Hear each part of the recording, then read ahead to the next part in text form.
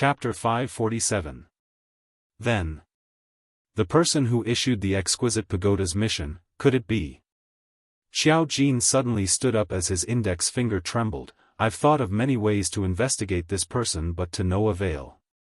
There's a possibility of this. Yi Qing Luo nodded. If Yu Qipeng and Duke Jing were just a chess piece in the Dark Force's hands, then the so-called exquisite pagoda could possibly be a chess piece of the Dark Forces. Otherwise, how could it be so coincidental? Just when she was leading her group to register for the mercenary group, she coincidentally met the Iron Blood Warriors? Wait. Yi Qing Luo's slender brows creased as her expression turned slightly grave. How did the Dark Forces know that I want to establish a mercenary group? The minute this question was raised, the entire hall's atmosphere turned solemn. 60 over youngsters looked at each other in dismay as they realized the seriousness of the problem. Their whereabouts. They were being monitored by the so-called Dark Forces? If this was really the case, that would be too terrifying. The youngsters had goosebumps all over as they couldn't help but rub their arms. Not exactly. Dmo Xian's brows rose as his ordinary-looking face made that pair of peach blossom eyes look even shinier. The Dark Forces can appear beside you without any trace, so naturally they have their own forces in the academy. Yi Qing Luo nodded her head in enlightenment. Her eyes suddenly shone as though she thought of something. Dark Forces. That day, she was on the second floor of the library pavilion when she eavesdropped on the conversation between the director and the so-called guardian. Recalling the guardian mentioning about the freshman and the director mentioned that he kept a tight watch on the freshman. Could it be that the lord mentioned by the guardian, that guardian, was someone from the Dark Forces? This thought shocked Yi Qing Luo so much that her expression turned extremely grave. If the director listened to the Dark Forces, then Heavenly Academy would be in trouble. Seeing Yi Qing Luo's expression changing, Dmo Xian leaned over and caressed her forehead which was oozing with cold sweat. What did you think of? No, nothing. Yi Qing Luo brushed his hand away as her back felt a chill. She slowly shook her head. These were only her guesses and there was no evidence to prove it. There might be a problem with the director, but he had after all been the director of Heavenly Academy for over 10 years. Furthermore, from the short interaction with the director, he had a huge ambition. And he liked the feeling of standing on a high position, overlooking others. Without the Heavenly Academy, he was nothing. No matter what, he wouldn't do anything detrimental to the academy. Thinking in this way, Yi Qing Luo threw this thought to the back of her head. What you mean is, if the Dark Forces' target is me, the other party will definitely guess that I won't stay in the Yi family during the holidays. The Yi family had Yi Qing Qian. Yi Qing Qian had already made a deal with the Dark Forces. She had once mentioned in the Yi family that during the 3 days of holidays, she would be going out to play with the Devil class students. Presumably, Yi Qing Qian would inform the Dark Forces of this news. The Dark Forces made use of Yu Qipeng's Iron Blood Warriors, just to let Yi Qing Luo's group go against the Iron Blood Warriors. Then, did the Dark Forces know that the World Group were students from the Devil class? What was the purpose of the underground forces doing this? Countless doubts were surging in his mind. A large palm covered her head. Dmo Xian had unknowingly stood behind her, one hand on her shoulder, the other hand caressing her hair. The warm and thick palm, the soothing sandalwood scent enveloped Yi Qing Luo. Chapter 548. Control her? Yi Qing Luo's brows creased into a bundle as she turned her head to look at Dmo Xian behind her. Why? The motive is still unclear, but from this series of events, the Dark Forces' motive is definitely to control you. Dmo Xian analyzed, since the ability assessment, that woman holding the profound Yin sword, and later on Yi Qing Qian, they had all made a deal with the Dark Forces and wanted to provoke your anger, so that the Dark Forces' profound Yin Qi would be transferred to you. Yi Qing Luo narrowed her eyes as she thought carefully. It seemed that it was indeed so. If it was said that Yi Qingling and Yi Qingqian had no choice but to make a deal with the dark forces in order to gain a foothold in the Yi family. It could also be said that the dark forces' scope was too wide and she had seen two of them around her. Then now, Yu Qipeng and Duke Jing, both of them, were completely certain that the dark forces had spread around Yi Qingluo's surroundings. Their target was definitely her. But what was the motive of controlling her? Do you still remember your profound jade heart? Dmo Xian's words reminded Yi Qingluo. She stood up abruptly as she turned around and looked at the calm Dmo Xian. You mean? It's not impossible. Dmo Xian's large palm gently caressed her face as a complicated emotion flashed past his peach blossom eyes. But Yi Qingluo's thoughts were placed on what Dmo Xian said and didn't notice the change in his expression. That's right. Her profound jade heart. Her profound jade heart was dug out. This body of hers obviously possessed an extremely strong and enviable top-grade profound jade heart, and by right it should be the best body to cultivate the profound grade. For someone who possessed this kind of profound jade heart, 1 day of cultivation was equivalent to 10 years of ordinary people. However, she couldn't cultivate and had no way to control the profound jade heart to cultivate the profound grade. In Old Man Tsang's words, her body and her meridians were all sealed by an extremely strong force. She had never thought about who the person who sealed her was. Ever since she was born, because she was appraised as a top-grade profound jade heart, it could be said that in the entire Three Spring City, or even in the West Continent, she was hailed as a heaven's pride. And it was because of this beautiful reputation. As a result, when she was tested for profound qi, she was determined to be a trash meridian with no cultivation foundation, and her reputation became even worse. When she was tested for profound qi, she was only 3 months old. This was because when a profound practitioner was born, their body would be surrounded by a faint profound energy that would connect with the profound jade heart. Before she was 3 months old, the only people Yi Qingluo had contact with were her mother and Yi Tianquang. Yi Tianquang was absolutely unwilling to seal her meridians. After all, to Yi Tianquang, there was nothing, no one, more important than the status of the Three Springs sect. If Yi Qingluo was a cultivation genius, he couldn't wait to announce it to the world. Then the only possibility was his mother. Did Nyangqin seal her veins after she was born? Why? Towards her mother, Yi Qingluo didn't have many memories. Her mother died when she was 5 years old. A child's memory was not perfect. She only remembered that her mother was a very gentle and virtuous woman. Mother took care of her husband and taught her children, neither jealous nor jealous. She was also wholeheartedly devoted to Yi Tianquang. Yi Qingluo had never seen her mother use the profound grade. But, her mother's identity was absolutely not simple. With Yi Tianquang's ambition, it was impossible for him to marry a woman without any status as his official wife. So much so that even after her mother passed away 10 years ago, she still retained her position as the official wife, and retained Yi Qingluo's identity as the D-daughter. Chapter 549. Most importantly, the 2 letters that his mother had left behind. The map and the 2 letters, as well as the letter left behind by his mother, all indicated that the map was extraordinary. How could his mother be an ordinary person? Although Yi Qingluo didn't have a deep memory of her mother, but Yi Qingluo knew that her mother really doted on her. It was very likely that her mother sealed her meridians to protect her. Yi Qingluo's hand slowly covered her own heart and she could faintly see that piece of jade-shaped crystal in her body. This place had once nurtured that top-grade profound heart jade. The goal of the dark forces was very likely to be that profound jade heart. Yi Qingluo suddenly had a feeling of understanding. The goal of the dark forces is this body of mine that nurtures the profound jade heart. In other words, her profound heart jade was very likely dug out by people from the dark forces? Thinking of this, Yi Qingluo's eyes suddenly turned cold.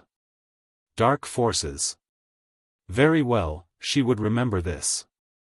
Since the dark forces wanted to play with her, she would play with them till the end. Yi Qing Luo's things, since she had just snatched it, then she had to be prepared to return it 100-fold. Trying to set her up? He had underestimated her.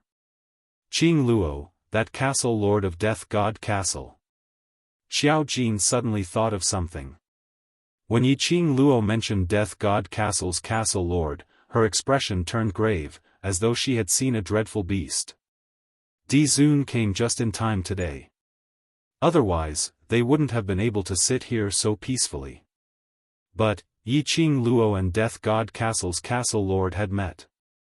That was to say, Death God Castle's castle lord knew that Yi Qing Luo had barged into Death God Castle and brought away the exquisite pagoda. Wouldn't Death God Castle's castle lord remember Yi Qing Luo? Zhu Wuxin, mentioning that person, Yi Qing Luo frowned as she sighed helplessly. That lunatic, he shouldn't. I'm here. Don't be afraid. Dmo Xian directly interrupted Yi Qing Luo's words as he hugged her waist and lightly kissed her forehead. Everyone, holy shit. Caught off guard, he was fed a face full of dog food. How could he live? After resting for a moment, Yi Qing Luo saw the 6 youngsters sitting on the ground in the courtyard. The surrounding youths looked at them enviously. Long Yunzhan led the remaining brothers and divided them into 3 teams. The first team accepted some low-level quests. One team would take on an intermediate quest or a low-level rare quest. The first team was personally led by Long Yunzhan to take on high-level missions. The process of this mission was surprising, thrilling, and exciting for these youths. It was completely different from the training and combat training they had in the academy. In the process of doing the mission, it was very likely that they would encounter all kinds of accidents, and they needed to deal with them according to the situation. Because of that, even though this mission wasn't long, it was still a great improvement for them. At this time, the 6 youths sitting in the courtyard were originally stuck at the mystic level, unable to advance. After this mission, they were promoted and immediately broke through the barrier of advancement. Especially when he followed Yi Qing Luo into Death God Castle, that young man who almost fell into the swamp illusion was the most eye-catching. The space around the young man seemed to be burning. Balls of spiritual energy revolved around him unceasingly.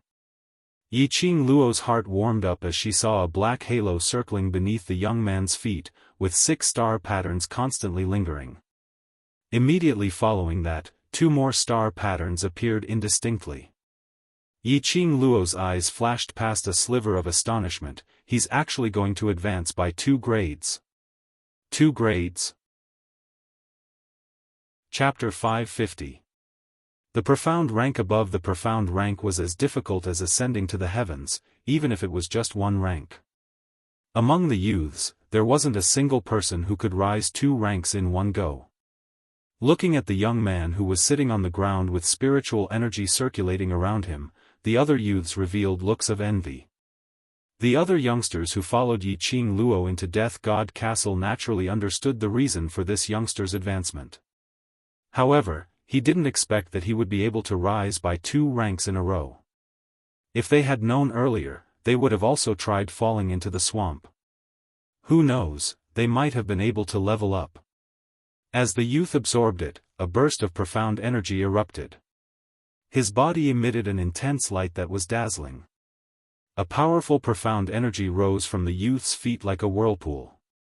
As soon as he opened his eyes, a sharp light burst forth from the youth's eyes. He stood up and clenched his fists. After feeling his strength, a joyful smile immediately appeared on his face. Congratulations. A cold voice sounded beside his ear. The young man turned his head and saw Yi Qing Luo who was standing behind him. As usual, her black outfit accentuated her slender figure. His long black hair was tied up high and fixed at the back of his head, making him look valiant. However, the long and narrow expression on her face made her look even more charming. The youth's heart trembled. He cupped his hands and knelt on one knee. Thank you for your guidance, Vice Commander. When he was in Death God Castle, he showed signs of advancing. At that time, if he had directly advanced, he would only have advanced a single grade. They would also be discovered by the guards of Death God Castle, causing the mission to fail. However, Yi Qing Luo taught him how to guide his profound qi to store in his profound heart jade, and how to correctly combine profound qi with his profound heart jade. The profound energy that had always been stored within the profound jade heart had been under a high degree of tension for a long period of time. The change in his state of mind caused the fluctuations of his profound energy to become more and more intense. That was how he was able to advance 2 ranks. Everything was all thanks to Yi Qing Luo. Those who are grateful are pure in heart. Yi Qing Luo's lips curled as she helped him up and looked into his eyes. What's your name? Baiming Lian Cheng. The youth's sonorous voice answered her question. North Sea. Yi Qing Luo raised her brows in surprise. This surname was really rare. Generally speaking, compound surnames belonged to large families. North Sea, this family name seemed to belong to a large aristocratic family from another continent. Everyone has already advanced, right? Now, we need to set off to the Mercenary Association to hand in the mission. Xiao Jin's excited voice sounded from the inner courtyard. Then, he walked out with a face full of smiles and Yan Xiaoyi followed behind him. Yi Qing Luo nodded her head. Today, several teams had completed their tasks at hand. After completing the quest, it was best to hand it in as soon as possible. In case of any accidents. Among the training missions, the contents of the missions overlapped quite a bit. For example, for a low-level training mission, Mission A would require a certain medicinal herb from a certain place, while Mission B would also require a certain medicinal herb from a certain place. Because of this, mercenary groups would often fight over the items they needed for their missions. Yan Xiaoyi had already calculated, other than Yi Qing Luo's high-grade rare mission, the other 3 small teams had completed 7 low-grade missions, 3 intermediate-grade missions and 1 high-grade mission. In total, there should be about 20 to 30 points of mercenary group honor points.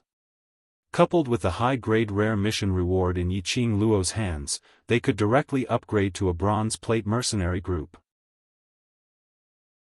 Chapter 551. Immediately, Yi Qing Luo, Long Yunzhan and the others headed towards the Mercenary Association to submit their mission. Today the youngsters were all exhausted after a long day, so Yi Qing Luo asked them to have a good rest as there was an even more important training waiting for them tomorrow. And in their group, there were only Long Yunzhan, Mo Han Shang and 5 others. With Dmo Xian accompanying them, they didn't have to worry about other mercenary groups snatching the mission's required items. The youths were indeed tired and did not reject this arrangement. Now that there were 6 of them, Yi Qing Luo summoned Shiju for Long Yunzhan and the other 3 to ride on. What made everyone feel strange was that when Shiju saw Long Yunzhan, it actually produced a feeling of dread. Everyone was puzzled. But Yi Qing Luo and Long Yunzhan understood. Because Long Yunzhan's true form was that of a human dragon. Dragons were the noblest of all beasts. This was especially true for the human dragon, whose status was even higher than that of the dragon clan. When magical beasts encounter the dragon clan, they will naturally feel a reflexive fear. Yi Qing Luo pacified Shiju for some time before Shiju became their mount. Although he knew that this human dragon was his master's friend, this innate fear couldn't be dispelled no matter what. Lil Luo, come up. Dmo Xian called out Little Nine as he stretched out his hand towards Yi Qing Luo. Yi Qing Luo rubbed Shiju's head and returned to Dmo Xian's side. Riding on phantom beasts and holy beasts was naturally much faster than moving as a team. In less than the time it took to burn a stick of incense, they had already passed the marketplace and were heading straight for the mercenary union. When they passed by the marketplace, Yi Qing Luo's nose acutely smelled something as her expression congealed. Wait a minute. The 2 battle pets stopped. Can you smell it? Yi Qing Luo narrowed her eyes as she raised her hand to cover her nose. The others naturally smelled it. A light breeze blew, bringing with it the smell of blood. The smell of blood was extremely strong. It was a marketplace. Yiqing Luo and the others exchanged glances as they all leapt down from the war beast's back, landing onto the ground. In front of him was the side door of the marketplace. The thick smell of blood was extremely pungent. Something had happened at the marketplace. They rushed through the side door and saw, this was an extremely bloody scene.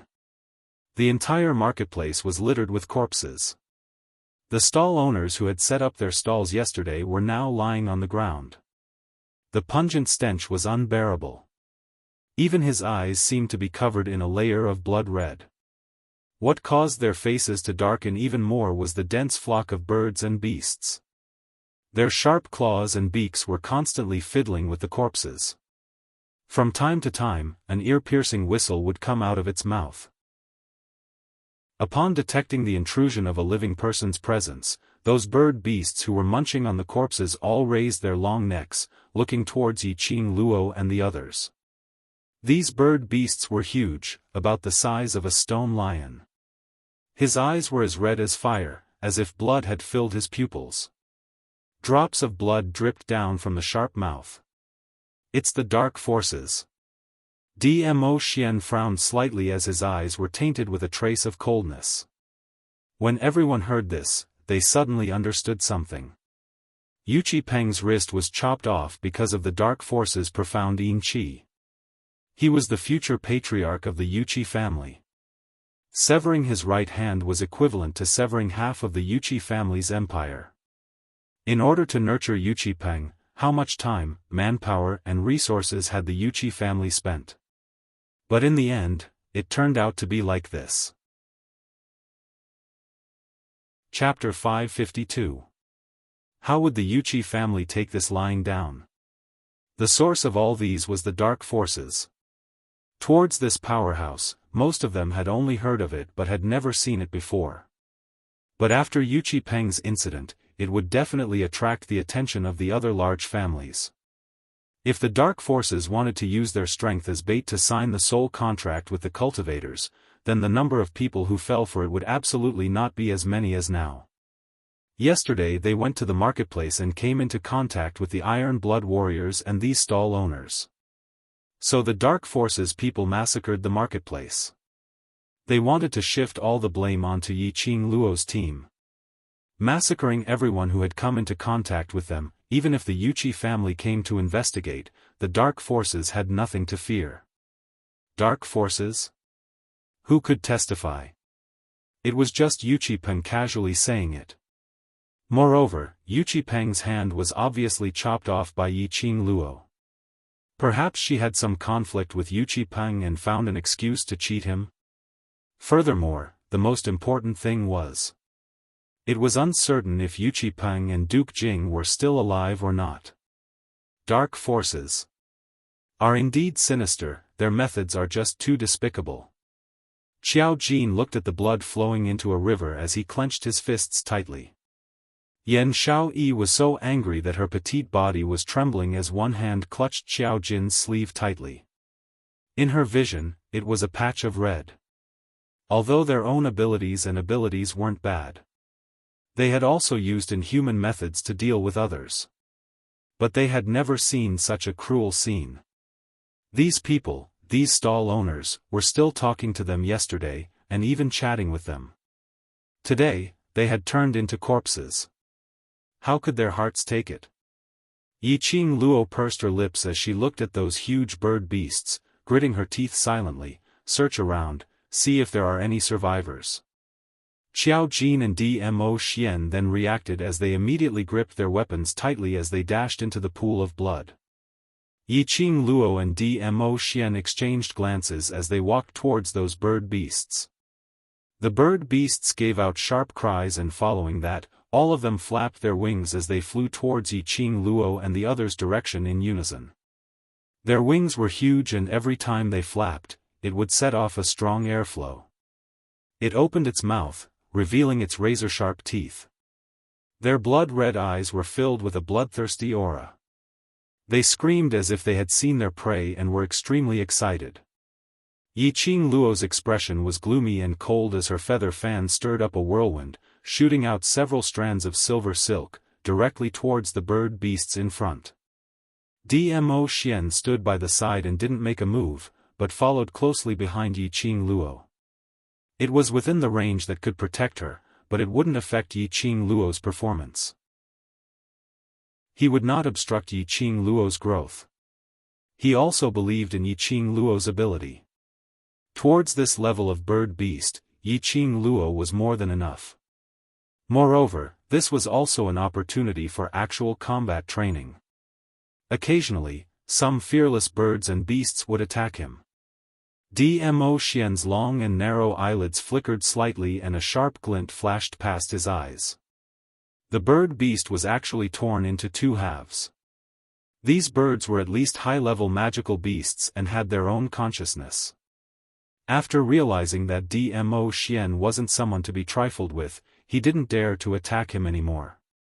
Instead, they opened their mouths and bit the other 5 people one by one. Yiqing Luo's fingers held onto the feather fan as her footwork was strange and fast, wandering among those bird beasts. The feather fan in her hands could be used as a long-distance attack weapon, as well as close combat. The speed of killing these bird beasts was both fast and accurate. Chapter 553.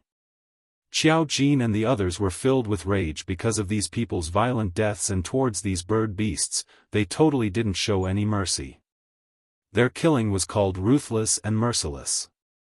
In a split second, the entire marketplace's ground was covered with the blood of those huge bird beasts. The birds and beasts let out shrill screams, and the hundreds of birds and beasts were instantly reduced to only 20. These bird beasts' blood-colored eyes turned even more sinister and bloodthirsty. Flapping their huge wings, they swept up layers of wind and waves as they flew up into the sky. They raised their long necks as their mouths kept giving out that series of cries. They're summoning their companions. Yiqing Luo's expression was cold. These bird beasts were all in the intermediate and advanced grades and had their own consciousness. Beasts were extremely sensitive towards danger. Just like when they saw Dmo Xian, they knew that this person was dangerous, so they didn't dare to attack him. After they realized that Yiqing Luo and the others were in danger, they should have left in groups. But unfortunately, these bird beasts actually summoned their own companions, in a vain attempt to continue contending against them. Was this because of the bird beasts' pride, or? Before they completed their mission, they didn't dare to leave easily? Just a moment later, the marketplace's sky turned pitch black. Densely packed bird beasts were hovering in the sky. The fishy stench from their flapping wings merged with the entire marketplace's blood stench, making one feel nauseous. Looks like these bird beasts are going to massacre the entire marketplace before they leave. Xiao Jin stared at the bird beasts in the sky as he clenched the gold coin darts in his hands tightly. The densely packed bird beasts, as compared to what they saw previously, had doubled in number. Previously the bird beasts were all on land, fighting with them. But now, these bird beasts were hovering in the sky and didn't charge down to make a move on them. But that series of sharp cries seemed to be urging them, which really made them terrified. Shao Yi, you and Shiju search around to see if there's anyone alive. Yiqing Luo narrowed her eyes as a cold glint flashed past. These bird beasts were actually so intelligent. They knew how to make use of their numbers and cries to break the opponent's mentality. In their hearts, after the fear towards them was born, then they would break them one by one. This kind of intelligence. It didn't seem like a bird beast at all. Yiqing Luo kept the deep thoughts in her eyes as her eyes flashed. Pay attention, these bird beasts might suddenly attack. Shiju and Yan Shaoyi carefully walked towards the pile of corpses. Yiqing Luo's lips curled into a cold smile. Kill. Were these birds trying to play psychological warfare with her? That would depend on whether she would allow it or not. Yiqing Luo's entire body emitted a gush of cold glint as she opened her feather fan, and with a leap, numerous silver threads shot out into midair. Little Nine's body flashed and was already lying below Yiqing Luo. By the time Yiqing Luo was seated properly, its 4 limbs moved and it dashed towards the densely packed flock of birds and beasts. Each of the silver threads was sharp. Another stream of mystical energy flowed, and as it swept towards the herd of beasts, the coarse birds and beasts were sliced into 2 halves. The rest of the people on the ground also moved quickly. Using the surrounding walls as a springboard, he leaped into the air. Every time it jumped, it could kill several birds and beasts. The cries of the birds and beasts became even more shrill and shrill. Fresh blood, the stench of blood, splashed onto Yiqing Luo's face and her clothes. It added a bloodthirsty flirtatious charm to that gorgeous face of hers. Chapter 554. The feather fan in Yiqing Luo's hands waved even faster as her footwork gradually increased. She continued to kill the bird beasts in front of her as she guided her profound jade heart's profound chi towards the direction which she controlled. That wave after wave of profound chi surged out from her body. Mo Han Shang stood on the wall as his action of killing the bird beasts halted. Growing up in the mercenary association since young, he had seen too many people. Mo Han Shang had developed an ability to recognize people. From the first time he met Yiqing Luo, he knew that this beautiful lady who didn't seem to have any profound chi, like an ordinary person, was absolutely not as simple as she looked on the surface. Her body carried a gust of righteous chi. And she had the craftiness and quick-wittedness of a devil from hell. This kind of complicated temperament, on Yiqing Luo's body, was so harmonious. In Death God Castle, he saw Yiqing Luo's quick-wittedness and ability. But at this moment, seeing Yiqing Luo's moves, he was completely subdued by her. It was a strange, ghost-like footwork. Clean and efficient actions. When he saw fresh blood, a flash of excitement and bloodthirst flashed past her eyes. This kind of her, as compared to the usual her, was very different. But this kind of her was so mesmerizing, making one fall for her. Han Shang. A chilly tender rebuke was heard and immediately a red ray shot towards him. That was Yiqing Luo's glower flame fan. That fan spun at an extremely fast speed, directly brushing past Mo Han Shang's cheek. He heard a miserable shriek behind him and immediately felt a stench of blood coming from his back. That feather fan split that bird beast which was sneaking an attack on Mo Han Shang into 2 halves, and immediately it returned to Yiqing Luo's hand. Han Shang, this is a chance for you to learn from experience. Yiqing Luo's gaze was calm as she looked at him. Only through continuous battles, to absorb experience from battles, will you be able to comprehend. Mo Han Shang was stunned as he clenched the long sword in his hand tightly. In battle, the most taboo is to be absent-minded. If there's a next time, I will not lend a helping hand. After Yiqing Luo finished this sentence, she dashed into the crowd of bird beasts once again. This wasn't a good habit. Yiqing Luo must prevent Mo Han Shang from being absent-minded. If he lost focus in battle, he would be handing his life over to the enemy. When Mo Han Shang heard that, his entire body stiffened as a sliver of resolution surfaced on his handsome face. He didn't care if Yiqing Luo could see it or not as he nodded his head hard towards her direction. Following that, he clenched the long sword in his hand tightly as he dashed into the crowd of bird beasts once again. The 4 of them were fighting at the front line while Mo Xian stood amidst the corpses strewn all over the ground. His gaze was fixated on Yiqing Luo without blinking. He watched as she dealt with the birds and beasts cleanly and swiftly. Her figure as she moved between the birds and beasts was so graceful and agile. His eyes were gradually filled with smiles. Suddenly, from the other end of the marketplace, Yan Xiaoyi's voice was heard, "Found it. There are living people here." That was the tea house where Yiqing Luo led the World Group's youngsters to drink tea that day. The owner of the tea house was hiding in the pile of straw behind the kitchen. He was only crushed by the collapsed house, but he was still alive. When Yiqing Luo heard that, she squinted her eyes as she looked at Yan Xiaoyi. She and Shiju were dragging a man who was covered in blood, carrying him out of the collapsed tea house. Yiqing Luo let Little Nine settle the bird beasts in front of her. With a leap, she speedily walked over to that side. The teahouse's owner was trembling all over, and on seeing Yiqing Luo and the others, his eyes flashed past a glint of radiance.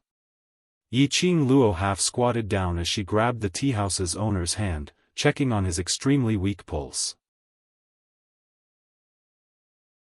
Chapter 555.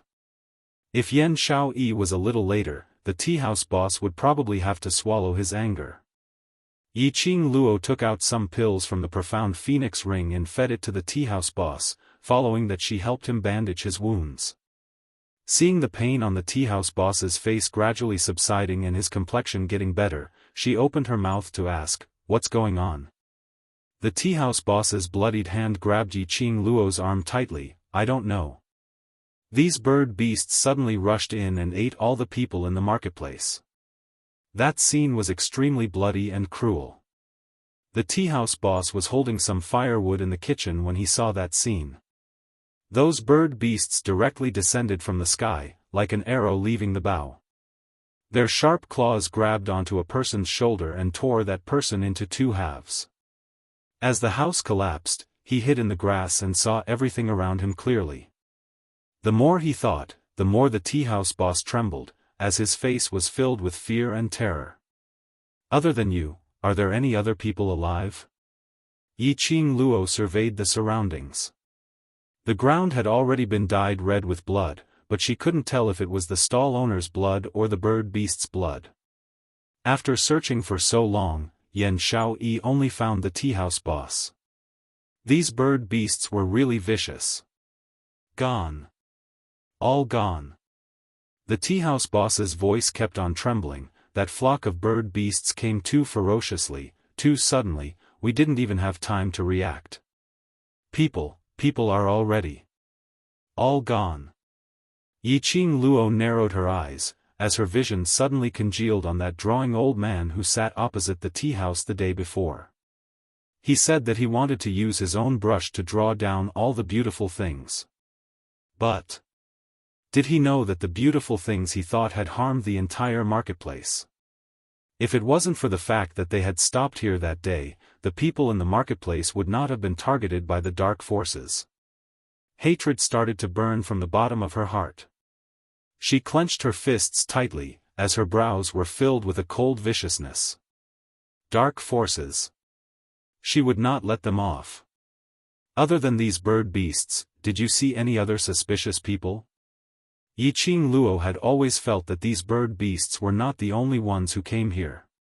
If it wasn't for the fact that someone was instigating them from behind. Even if they had their own willpower, it was impossible for them to know. Psychological warfare. Moreover, beasts had a strong sense of danger. Even though they knew that they were no match for them, they still came wave after wave. Either that or the pride of these birds and beasts did not allow them to retreat. Otherwise, if they left before killing all the people in the market, they would be treated even more severely. Yiqing Luo was leaning towards the latter. No. The tea house owner paused and suddenly thought of something. Yes. It seems like there was a person, among the birds and beasts, a person wearing a black cloak. He left the market safely. The birds and beasts didn't attack him. At that time, he was hiding under the thatch and could not see clearly. He only felt that the black-cloaked man was really bold, actually daring to walk around these ferocious birds and beasts. It was only after the black-cloaked man left that he realized something was wrong. The black-cloaked man? Yiqing Luo's expression congealed as she exchanged glances with Yan Xiaoyi. Sure enough, it was the dark forces. Their conjecture was indeed not wrong. Yiqing Luo abruptly stood up as her sharp vision swept across the entire marketplace. In the sky, the birds and beasts were still circling around, giving out ear-piercing cries, continuously summoning their own kind. From this stance, it was obvious that they were going to fight to the death with Yiqing Luo and the others. Yi Qing Luo was even more certain. Chapter 556. Shi Ju, carry the teahouse owner back to the mansion. Yi Qing Luo indicated for Yan Xiaoyi to carry the person onto Shi Ju's back. I'll leave the rest to you, I'll go look for that black-cloaked man. After a pause, he continued, after you're done with the bird beasts, go directly to the mercenary guild to hand in your mission. Don't worry about me. Yan Xiaoyi's expression changed. No, it's too dangerous. The people of the dark world were indeed strange. Moreover, they were in the light while the enemy was in the dark. To Yi Qing Luo, it was too dangerous. Her words had not even finished howling when Yi Qing Luo had already turned into a bolt of lightning, charging towards the periphery of the marketplace. Yan Xiaoyi's brows creased. If she chased after them, her ability wasn't enough and she would only drag Yi Qing Luo down.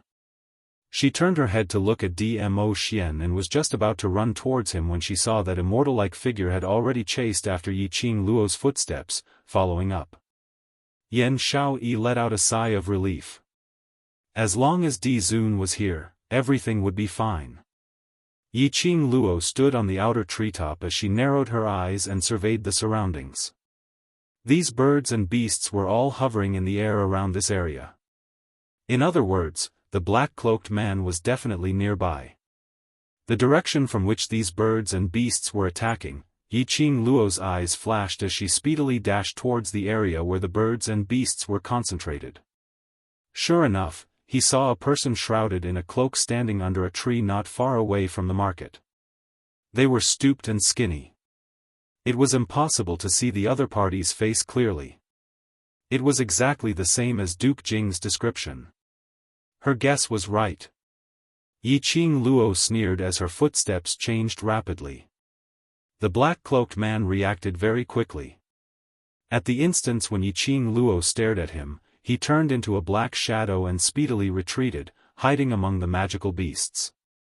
Yi Qing Luo's eyes flickered with a cold glint as her lips curled into a cold smile, trying to escape.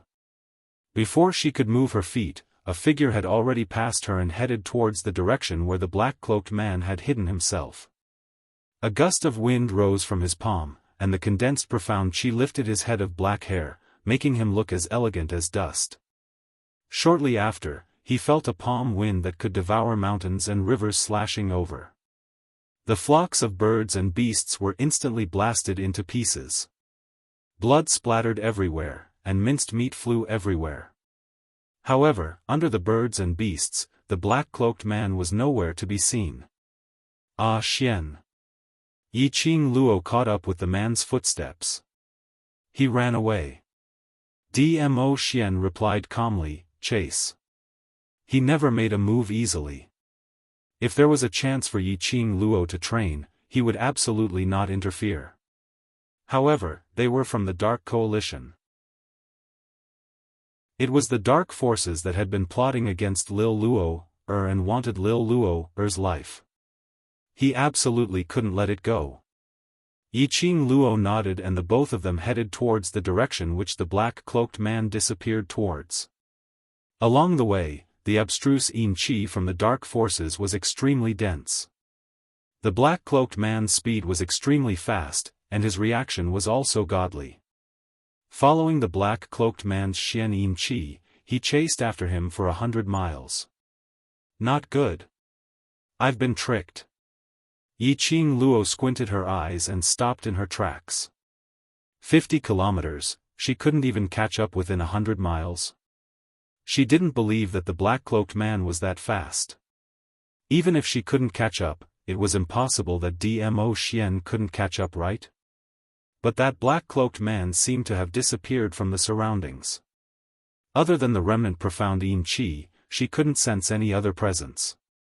This profound yin qi was obviously left behind intentionally by the other party, to mislead them. It was really the dark forces' style. Forever hiding in the dark, like a rat in the dark. Dmo Xian's gaze was eerily cold, as his eyes seemed to be wrapped with a layer of frost. What a great dark force! Savage to such an extent. Chapter 557. After the black-cloaked man left, these bird beasts seemed to have been freed from their restraints. Instantly, one by one, they escaped at lightning speed. By the time Yiqing Luo and Dmo Xian returned to the Mercenary Association, Long Yunzhan and the others had already left. Apparently, they had listened to Yiqing Luo's words and hurried over to the Mercenary Association to submit their mission. Yiqing Luo and Dmo Xian also followed closely to the Mercenary Association. But when the two of them rushed over to the Mercenary Association, they heard the mercenaries who were passing by the Mercenary Association with grave expressions, discussing something. They could vaguely hear them saying, "the World Group, Yuchi," and other similar words. Yiqing Luo's heart suddenly sunk as she pulled one of the people who were discussing. What happened? That person was talking excitedly, and on seeing someone asking, he immediately replied, "Earlier the World Group's group leader came over to submit their mission." "You know about the World Group, right? Our mercenary group is the first mercenary group to be promoted to a bronze plate on the second day of its establishment. Something happened to them. Earlier when they were promoted to a mercenary group, everyone was still very happy. Group leader received news from the mercenary badge that the World Group's headquarters had been surrounded by the Yuchi family. It's such a pity for this the World Group, they are all young and promising youngsters. Why did they offend a large family like the Yuchi family for no reason?" The people who were discussing shook their heads regretfully. A newly risen mercenary group, without any powerhouse behind them. But now they were surrounded by one of the four great families, the Yuchi family. This mercenary group absolutely could not survive. Yuchi family surrounded the World Group? Yuchi Peng? He actually dared to divulge the mansion's address. Yiqing Luo's expression congealed as her lips curled into an extremely cold arc. She wanted to see what this Yuchi family was trying to do. 3 Springs City, in front of the mansion. The commoners stood far away as they looked at everything in front of them, feeling extremely puzzled. This mansion looked old and dilapidated, and the owner of the mansion was very low profile. How did they offend the Yuchi family for no reason? Whereas when Yiqing Luo and Dmo Xian rushed over on Little 9, they saw the majestic scene outside the mansion. Around a few thousand people, dressed in the Yuchi family's uniform, surrounded the entire mansion. This street, which wasn't exactly bustling with people, was now extremely crowded. Yuchi Peng and Duke Jing stood at the entrance of the mansion, and beside them stood a middle-aged man dressed in a navy blue luxurious robe with an imposing manner. They had not argued with each other yet.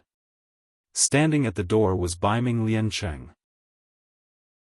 He frowned and was negotiating with the middle-aged man. While speaking of anger, the middle-aged man shouted in a stern voice, "Dark forces? Call your vice-commander out for this patriarch."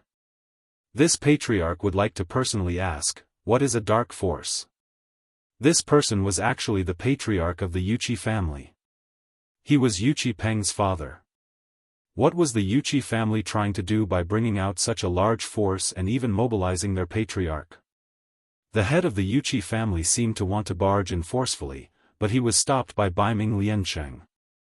"Do you know who this patriarch is?" The Yuchi patriarch waved his palm towards Baiming Liancheng's chest. Yiqing Luo's slender brows creased tightly as she leapt down from Little 9's back. The feather fan in her hands released a burst of strong airflow, forcefully forcing Patriarch Yuchi's palm chi to retreat. Yiqing Luo. "Father, it's her." Duke Jing and Yuchi Peng spoke at the same time as they stared at Yiqing Luo, as their eyes were filled with hatred. What show was this?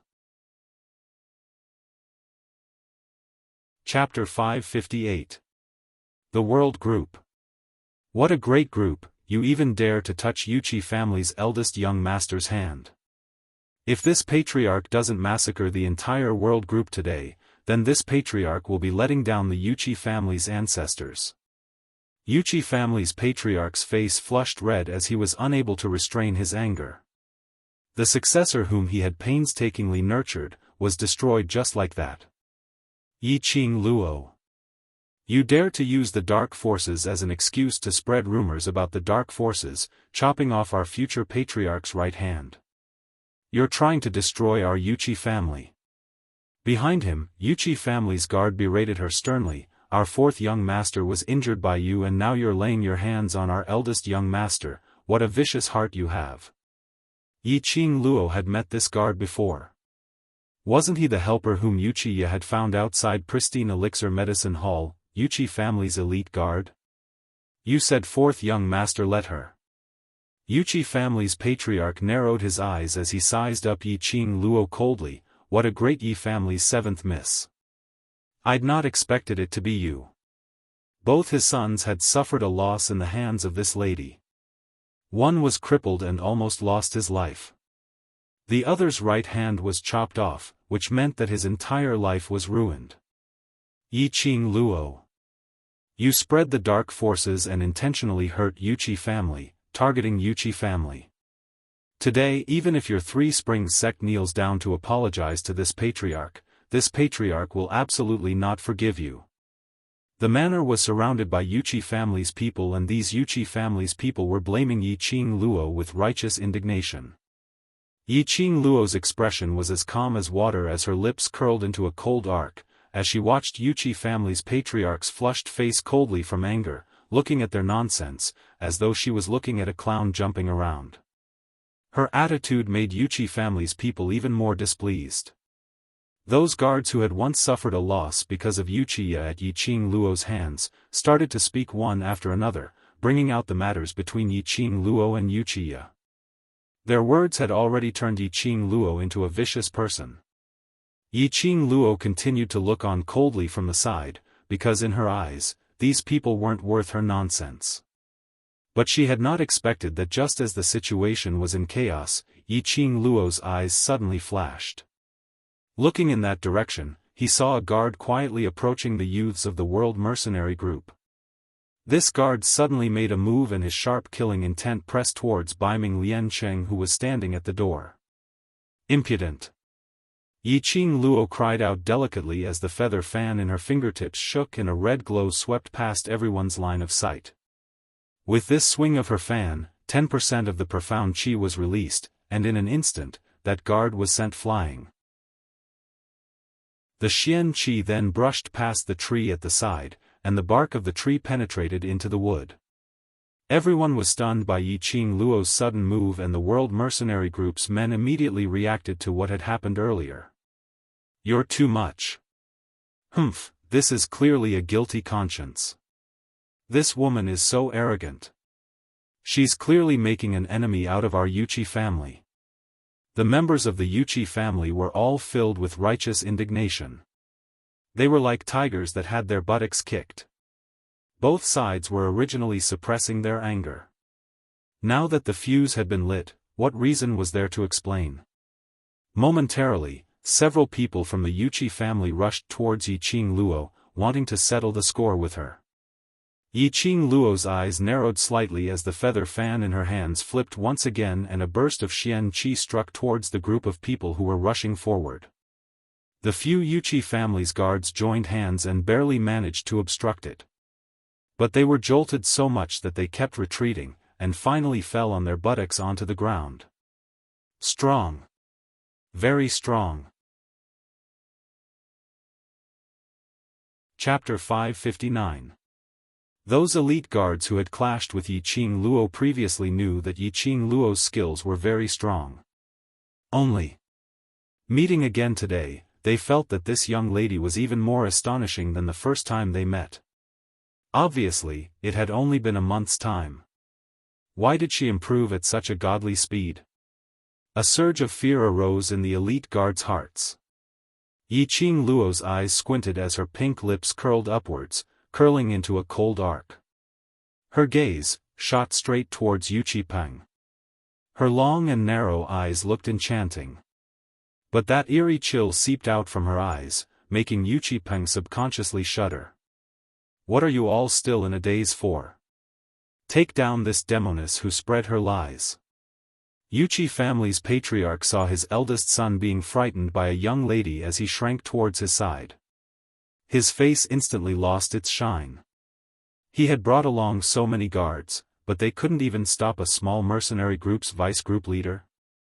So what if she was Three Springs sect's young matriarch? Anyone who hurt his son whom he had painstakingly nurtured had to die. Especially in front of so many people, he had so many guards. Just a single Yiqing Luo made his Yuqi family's guards run away with their tails between their legs? In future, where would Yuqi family's face be placed? No matter how fearful those elite guards were towards Yiqing Luo, but with their master's command, they had to brace themselves and go forward. Moreover, thousands of guards were all here. No matter how powerful Yiqing Luo was, she would have to pay for it here today. Thinking of this, the elite guards' gazes turned piercingly cold as they exchanged glances. Following that, 10 overguards leapt upwards at the same time, blocking in front of those guards who had been overturned by Yiqing Luo. Yiqing Luo didn't hesitate as she directly released her profound qi and dashed into the guards.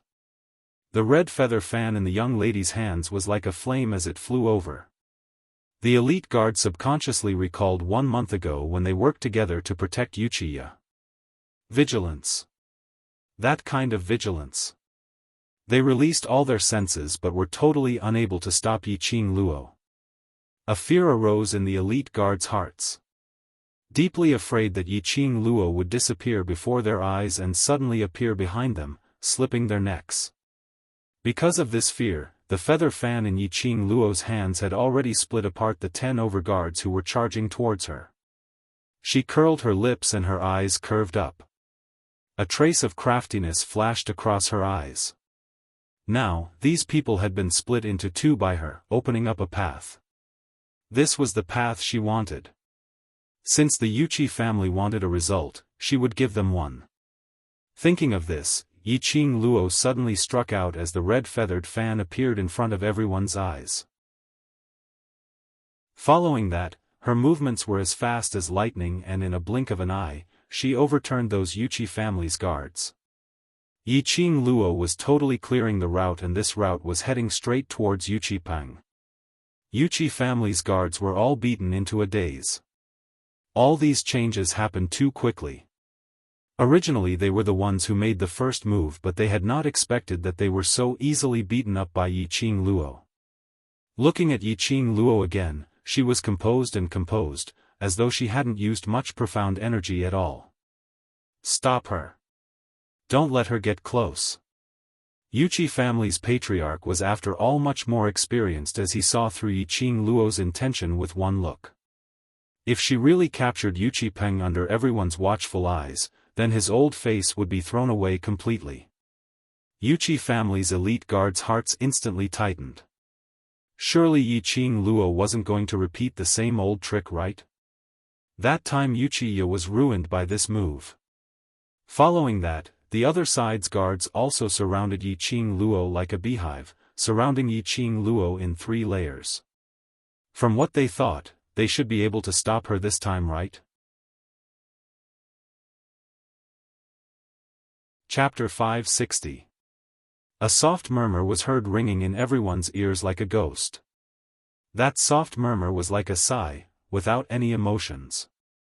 There was no ridicule nor ridicule. Because every single word that Yiqing Luo said was the truth. Among the crowd, Yiqing Luo used that strange footwork as fast as lightning, only a red glow could be seen jumping around like a fire elf. In just 2 mouthfuls of tea's time, Yiqing Luo forcefully broke through the encirclement, and under everyone's astonished gazes, her hand grabbed hold of Yuqi Peng. Not to mention the others, even Yuqi Peng himself had not regained his senses. He originally wanted to see how Yiqing Luo was surrounded.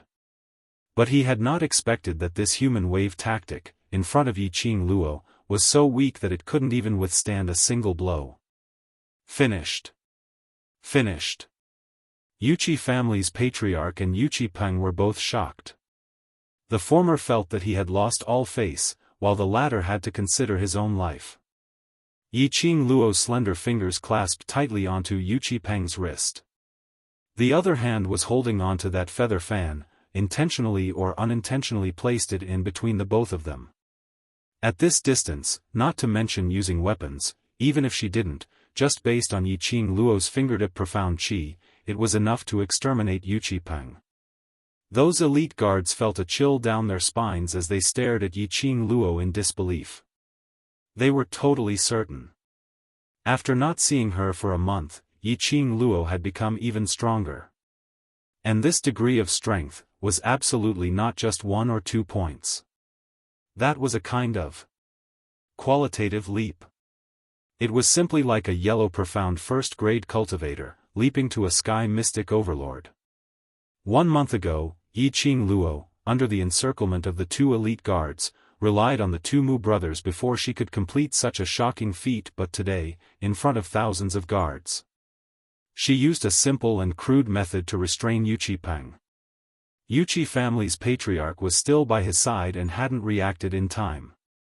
It showed how powerful Yi Qing Luo was.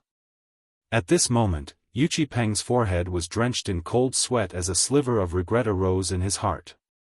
Perhaps, he shouldn't have provoked Yi Qing Luo so rashly. This consequence was much more tragic than what he had expected. Yu Qipeng wasn't an idiot, and before he came, he had gone through a series of considerations. In his opinion, the Yu Qi family had called over 1,000 guards to surround the mansion. Under everyone's watchful eyes, father directly blamed Yi Qing Luo for her mistake. Wouldn't Yi Qing Luo be at a loss of what to do and hurriedly explain herself? At the very least, he had to deal with the Yu Qi family. In any case, their Yu Qi family had a strong army, so wouldn't a little girl be scared out of her wits? However, the actual result made Yu Qipeng feel terrified, exceptionally shocked. Under the current circumstances, Yu Qipeng didn't dare to think in this way anymore. He absolutely believed that even if he were to kill him on the spot, Yi Qing Luo would absolutely not bat an eyelid. At this moment, Yu Qipeng finally understood what number 4 had experienced back then. It wasn't that old 4 was too weak, and it wasn't that those elite guards didn't give it their all. It was because this woman was too strong. Her speed was so fast that she could silently tear you into pieces. Bastard, let go of our young master. How dare you attack our young master? What gall! The Yu Qi patriarch was so angry that his entire body was shaking. Under the gazes of everyone, under the gazes of everyone, Yi Qing Luo was actually this arrogant. He gritted his teeth as he cried out angrily, still not going to surrender. Perhaps our Yu Qi family can still spare your life. The guards beside him all started to open their mouths to berate Yi Qing Luo when they saw Patriarch opening his mouth, as though the person whom Yi Qing Luo was restraining was their father. Chapter 561. Yi Qing Luo swept a glance at the Yu Qi family's guards as her lips curled slightly, revealing a sliver of ridicule. I've seen a lot of idiots, but I've never seen anyone as stupid as you. Patriarch Yu Qi, there are so many of you threatening me. What if I get scared and accidentally injure young Master Yu Qi? You can't blame me for that. The moment Patriarch Yu Qi heard this, his entire heart was suspended in his throat. He couldn't figure out Yi Qing Luo's route, but at least till now, everything that had happened had exceeded their expectations. If Yi Qing Luo really used some carelessness or slippery hands as an excuse to claim Yu Qipeng's life, then his Yu Qi family would really become a joke. Although his eldest son's right hand was destroyed and he was already half a cripple, he was still able to control himself. But after all, he was the son that she had raised with great care. How could she not have feelings for him? Now that his son's life was in someone else's hands, Patriarch Yu Qi wouldn't dare to act blindly without thinking, no matter how capable he was. However, the Yu Qi family's reputation could not be tarnished. The master of the Yu Qi family suppressed the anger in his heart and tried to make his voice as gentle as possible. 7th Miss Yi, this time, we are here to resolve our conflict. If you have anything to say, let go of my son first and we can sit down and talk. His words were spoken very carefully, and he put on a look of worry and helplessness for his son. At the very least, they had to make the surrounding crowd think that the Yuchi family wasn't afraid of trouble, but that they had no choice but to compromise for the sake of their son. The head of the Yuchi family was filled with rage. In his imagination, the person who should be begging for mercy should be Yiqing Luo. However, he was surrounded by thousands of guards. The other party only sent out Yiqing Luo alone and he was helpless. Patriarch Yuchi had lived for most of his life, but this was the first time he had encountered something like this. Yiqing Luo almost burst out laughing when she heard that. That pair of long and narrow eyes were extremely enchanting, but there was also a trace of mockery and scheming. Only now did she know how to speak nicely. Just now, who was the one who was so aggressive and said that she was a heinous woman with a venomous heart? It was simply too funny. Yiqing Luo didn't bother about Yuchi family's patriarch as she lifted Yuchi Peng's lapel as her lips curled into a chilly smile, staring straight at Yuchi Peng. What kind of deal did Yuchi Peng make with the dark forces? Thinking back to the massacre in the marketplace, and looking at now, Yuchi Ye and Duke Jing flatly denied the matter regarding the dark forces. How could Yiqing Luo not understand? It was obvious that the dark forces wanted to completely seal off their appearance. This also meant that the dark forces were not strong enough to appear in front of everyone yet.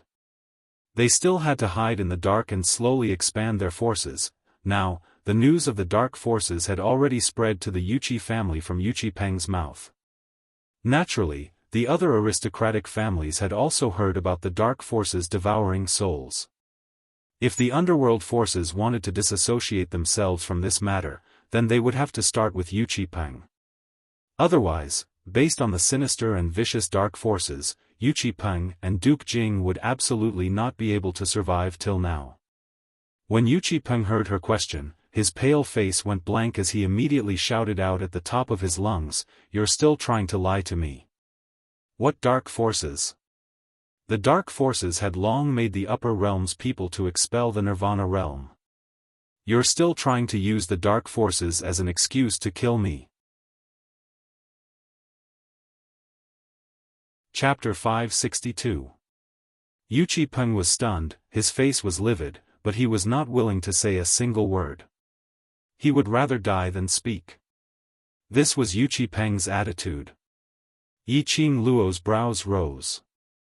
Looked like if Yuchi Peng mentioned about the dark forces, he might have to bear a consequence which was even more terrifying than death. At the very least, the Yuchi family would be buried with him. The dark forces did not make a deal with Yuchi Peng but threatened him. "I've never seen any dark forces, and I don't know what you're talking about." "What dark forces? What soul being devoured? All of this is just an excuse for you to take revenge on the Yuchi family. You deliberately used the dark forces that had long been banished from the upper realm as an excuse to chop off my hand and destroy the Yuchi family." Yuchi Peng bit his lips tightly as he stared fiercely at Yiqing Luo, giving a heart-wrenching howl. Those who didn't know what was going on would most likely believe it to be true. For example, the Yuchi guards who didn't know what was going on. From what they saw, Yiqing Luo was taking revenge on their eldest young master, which was simply too abominable. After all, they had only heard about the Dark Coalition from their seniors. They were the aliens that had been banished from the Nirvana realm. How could the dark forces appear again? No one believed it. Facing Yuchi Peng's attitude, Yiqing Luo instantly sneered, "Good, very good. Since you insist that I want to take revenge, cut off your hand, and bear this infamy for no reason, then I might as well make it true in front of everyone. I'll accept your hand." His voice had just fallen when a red light suddenly appeared and headed straight for one of Yuchi Peng's hands. At this moment, Yiqing Luo's heart was as calm as water. At first, they heard Yuchi Peng's nonsense and the Yuchi clan's overbearing attitude. Deep in her heart, she was still somewhat angry. With such a great injustice pinned on her head, no one would feel good about it. But Yiqing Luo instantly calmed down. It doesn't matter if she was wronged or if she was being scolded, since Yuchi Peng had the guts to bring people over to cause trouble, then she would have the ability to cripple him. In this way, it could be considered as getting rid of a scourge and avoiding a lot of trouble.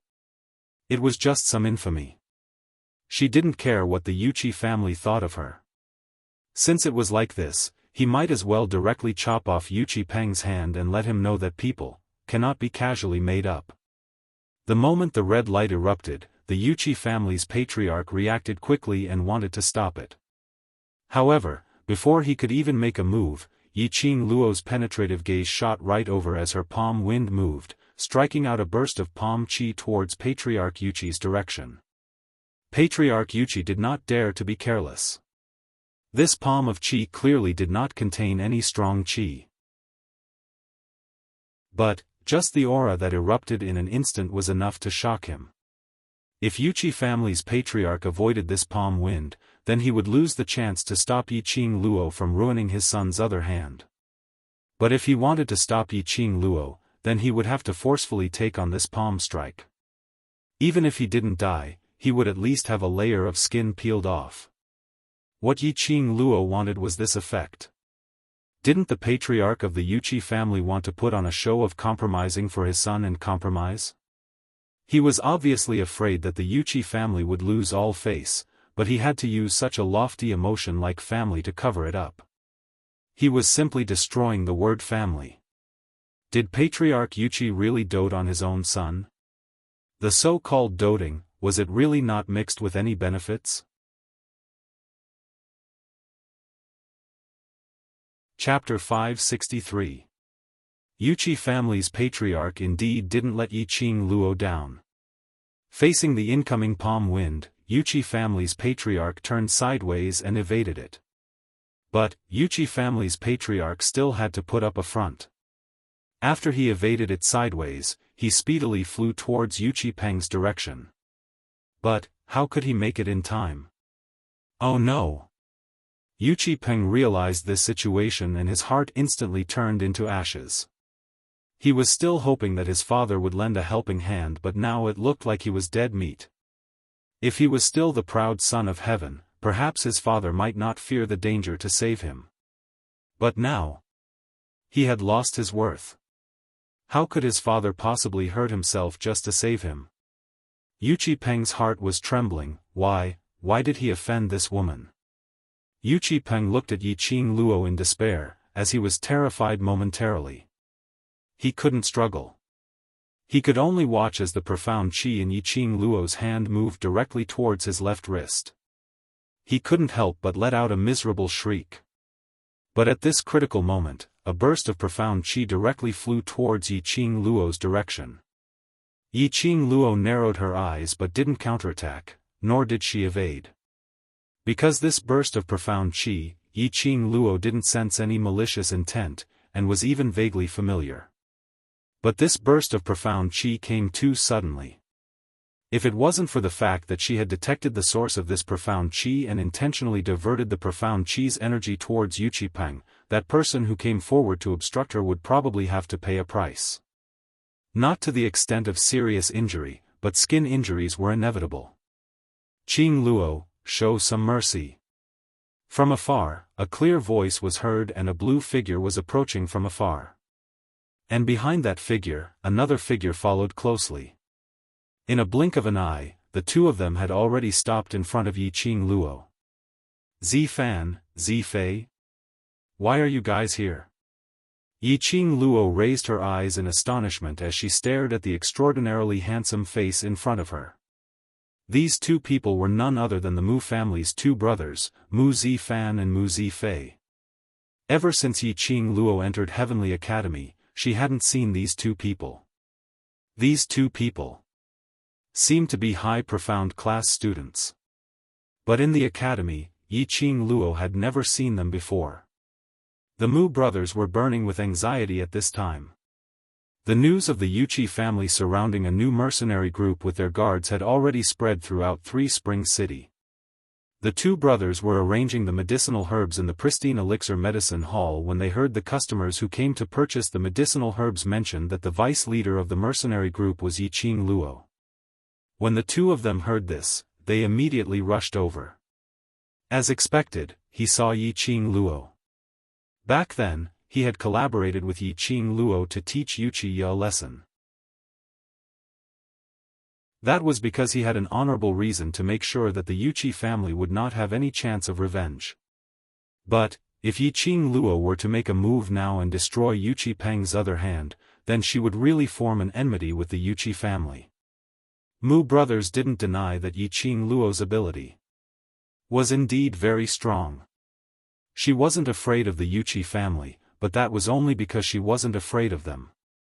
Yi Qing Luo's current foundation wasn't stable, and if she really made a move today, destroying Wuxia Peng's left hand, not to mention chopping off Wuxia Peng's right hand, was it to prevent Wuxia Peng from being devoured by the dark forces? Even if it was, the debt of this left hand, the Wuxia family would probably not let it go. Then, the Wuxia family had no way to deal with Yi Qing Luo, so they would start with the people around Yi Qing Luo. The first to bear the brunt was the World Mercenary Group. Especially the youngsters in the mercenary group, some of them weren't even a match for the Wuxia family's guards. Chapter 564. Yi Qing Luo, let's talk this out, there must be a misunderstanding somewhere. Mu Zifan's brows creased tightly as he suppressed his voice to persuade her. Whoever knew that before Yi Qing Luo could open her mouth, Wuxia family's patriarch angrily opened his mouth. Mu family's two young masters, today's matter has nothing to do with you, please move aside. He clenched his fists tightly as his face was filled with anger. That pair of dignified and sinister eyes were burning with raging flames. Earlier from Yi Qing Luo's action, how would the cunning Wuxia family's patriarch not understand her motive? This woman was simply hateful. If it wasn't for the timely appearance of the Mu brothers, his old face would have been thrown away. If he didn't tear this woman into pieces today, how would he be able to take this lying down? Yi Qing Luo. You once destroyed my fourth son without any explanation. Now, you want to destroy my eldest son as well. You want to destroy the entire Wuxia family? His eyes were chilly as his tone was filled with grief and interrogation. Are you trying to destroy the four great families one by one? While speaking, Wuxia family's patriarch intentionally casted a sidelong glance at the Mu brothers, as though to remind them that Yi Qing Luo had ill intentions. When this hat was pinned, Yi Qing Luo laughed out loud. No wonder he was one of the four great families' patriarch, his reaction was just so fast. Not long after, he had already thought of a reason to retaliate. In just a few words, he had pushed Yi Qing Luo to the heart of the struggle. Destroy the four great families one by one. If these words were to be spread to the other three families, no matter if Yi Qing Luo had such intentions, probably Yi Qing Luo would be harassed by the other three families in the West Continent. They would rather kill wrongly than let her off. This was the principle of those who held high positions. Wuxia family's patriarch saw that the situation was completely under his control. Yi Qing Luo couldn't even say a single word of resistance. He gave a cold laugh as his eyes were filled with disdain. A young lady was indeed a young lady. But after making things sound so serious, she lost her guts. Now was the time for him to regain Wuxia family's face. With this thought in mind, Wuxia family's patriarch's face was filled with rage. I want to take revenge for my son. The corners of the Mu brothers' mouths twitched when they heard this. They were extremely speechless towards the patriarch of the Wuxia family. Don't talk about avenging your fourth young master, this eldest young master was still in Yi Qing Luo's hands. Revenge? Hee, I'll have to pay with another life. Although the Mu brothers were filled with disdain towards the Wuxia patriarch, it was clear that it was not appropriate for them to continue arguing in this manner given the current situation. Mu Zifan's lips curled into a warm smile. He slightly waved the folding fan in his hand and took a step forward. Patriarch Wuxia, Qing Luo, and I are considered as close friends, and based on my understanding, she would not do such a despicable thing. His voice was light and slow, yet it carried an irresistible dignity. There must be a misunderstanding here. However, today's situation is not suitable for us to sit down and discuss in detail. Why don't we both take a step back and resolve this misunderstanding another day? What do you think, Patriarch Yuchi? The Yuchi patriarch's expression changed. He was the patriarch of the Yuchi family. Just because of a junior's words, he was going to shrink back. Whereas Yiqing Luo had no intention to compromise. Her lips curled into a cold arc with a smile which didn't look like a smile. That feather fan on her fingertip seemed as though it could slice Yuchi Peng's neck any time. Chapter 565. Mu Zifan's lips curled upwards as he maintained his elegant smile. But that pair of clear eyes shot out a piercingly cold glint.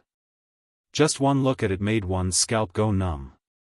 Mu Zifan coldly reminded, Yuchi family's patriarch, you can choose not to give me, Mu Zifan face, but based on my Alchemist Guild's future chief identity, how about I guarantee this matter?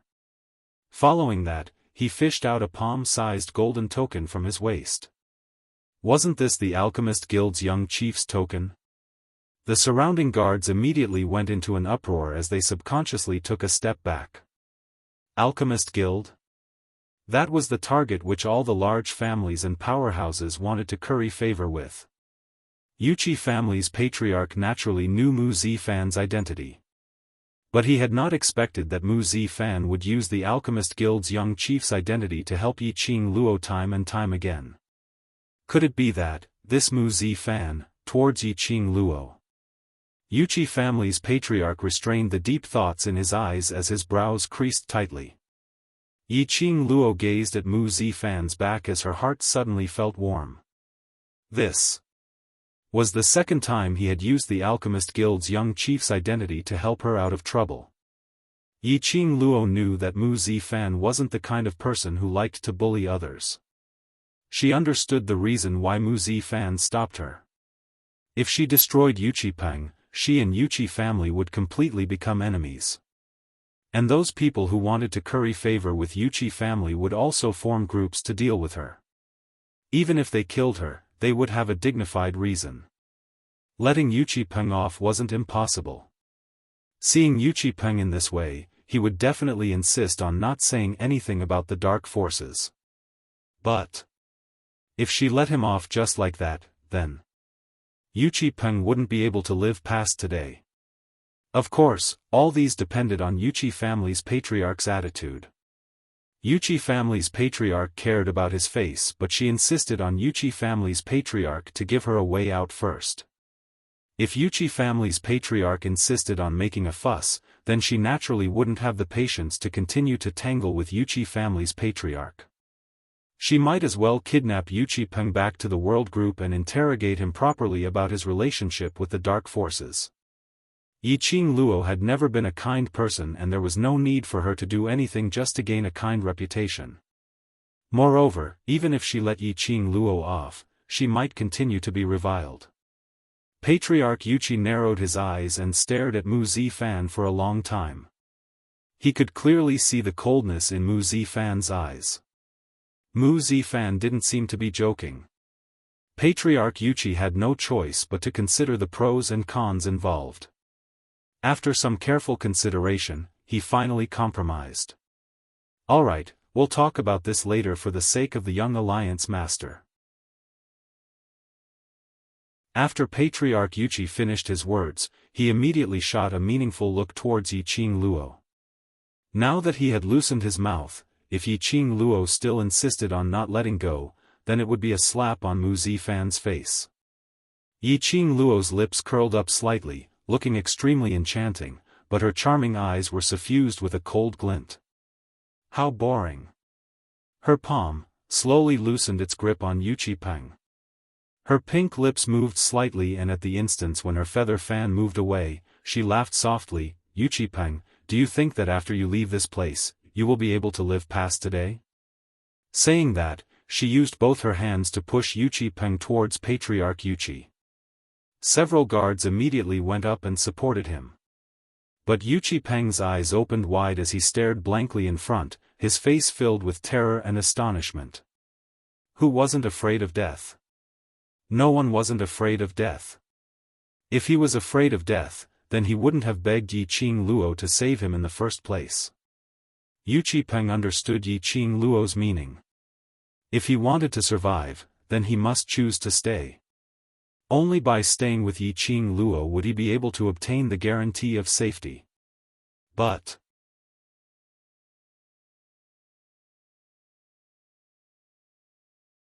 Chapter 566. Yi Qing Luo's slender brows rose slightly as she squinted at Yu Qipeng with interest, but didn't say anything else. It was unknown what the dark forces had threatened Yu Qipeng with, to actually make him not even care about his life.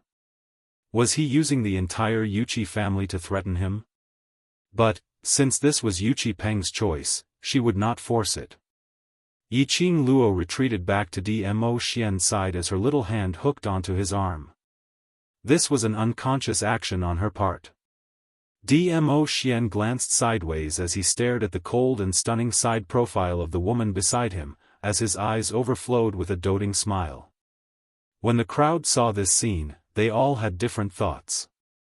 The youths of the mercenary group covered their eyes and face-bombed. These two people really didn't let go of any opportunity to show off. This dog food, whereas for the Mu brothers, their eyes revealed an astonished look as they exchanged glances, as though they were guessing the relationship between Yi Qing Luo and that man. Mu Zifei tugged at his brother's sleeves and said in a low voice, "Big brother, I told you to make your move earlier, but you didn't listen.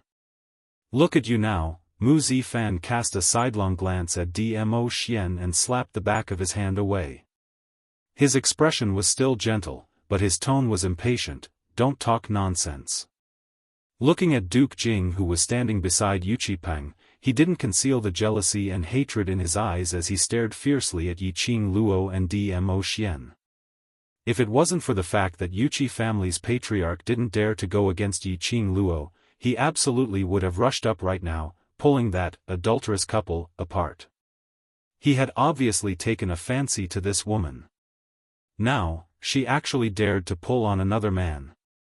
Moreover, that man's appearance was way too ordinary. Yi Qing Luo standing beside that man was simply like a fresh flower inserted into cow dung. Duke Jing opened his mouth and clenched his fists in hatred. The jealousy and hatred in his eyes were unstoppable. This gaze naturally attracted Yi Qing Luo and Dmo Xian's attention. Dmo Xian's lips curled upwards as his eyes shimmered. He intentionally lowered his head and moved closer to Yi Qing Luo's ear as he laughed lightly. "How do you feel?" "Evil, heart." Every word came out from Yi Qing Luo's pink lips. She pursed her lips and turned her face away with a look of disgust. "What are you waiting for? Go." Patriarch Yuqi's heart was filled with unwillingness, but there was nothing he could do as he clenched his teeth tightly and spoke to Yi Qing Luo in an evil tone. "Seventh Miss Yi, this patriarch will visit another day." Yi Qing Luo laughed softly. That laughter was ethereal and pleasing to the ears. However, in the ears of the Yuqi patriarch, it sounded like a demon mocking his incompetence. Patriarch Yuqi's complexion was stiff. He glanced at Mu Zifan, who was standing at the side, and clenched his teeth. Still, he turned around and left. Originally, under Yu Qipeng's fanfare, he had mobilized a large number of people to look for Yi Qing Luo, wanting to take her life to wash away the Yu Qi family's black mark. In the end, he was sent away just like that. In the eyes of the onlookers, the Yu Qi family's departure seemed dejected and dejected. Looking at the 1,000 guards team, one after another, leaving the vicinity of the huge mansion, the frost on Yi Qing Luo's face slowly dissipated. The corners of his mouth also revealed a trace of a sincere smile. "Zifan, Zifei, thank you for helping me out." The two Mu brothers shook their heads. This wasn't considered as helping Yi Qing Luo out of her predicament. They knew Yi Qing Luo's character. If she really wanted to form a feud with the Yuqi family, the Yuqi family would definitely fall into turmoil. Other than giving Patriarch Yuqi a way out, they were also thinking for their own family's sake. Once the Yuqi family was in turmoil.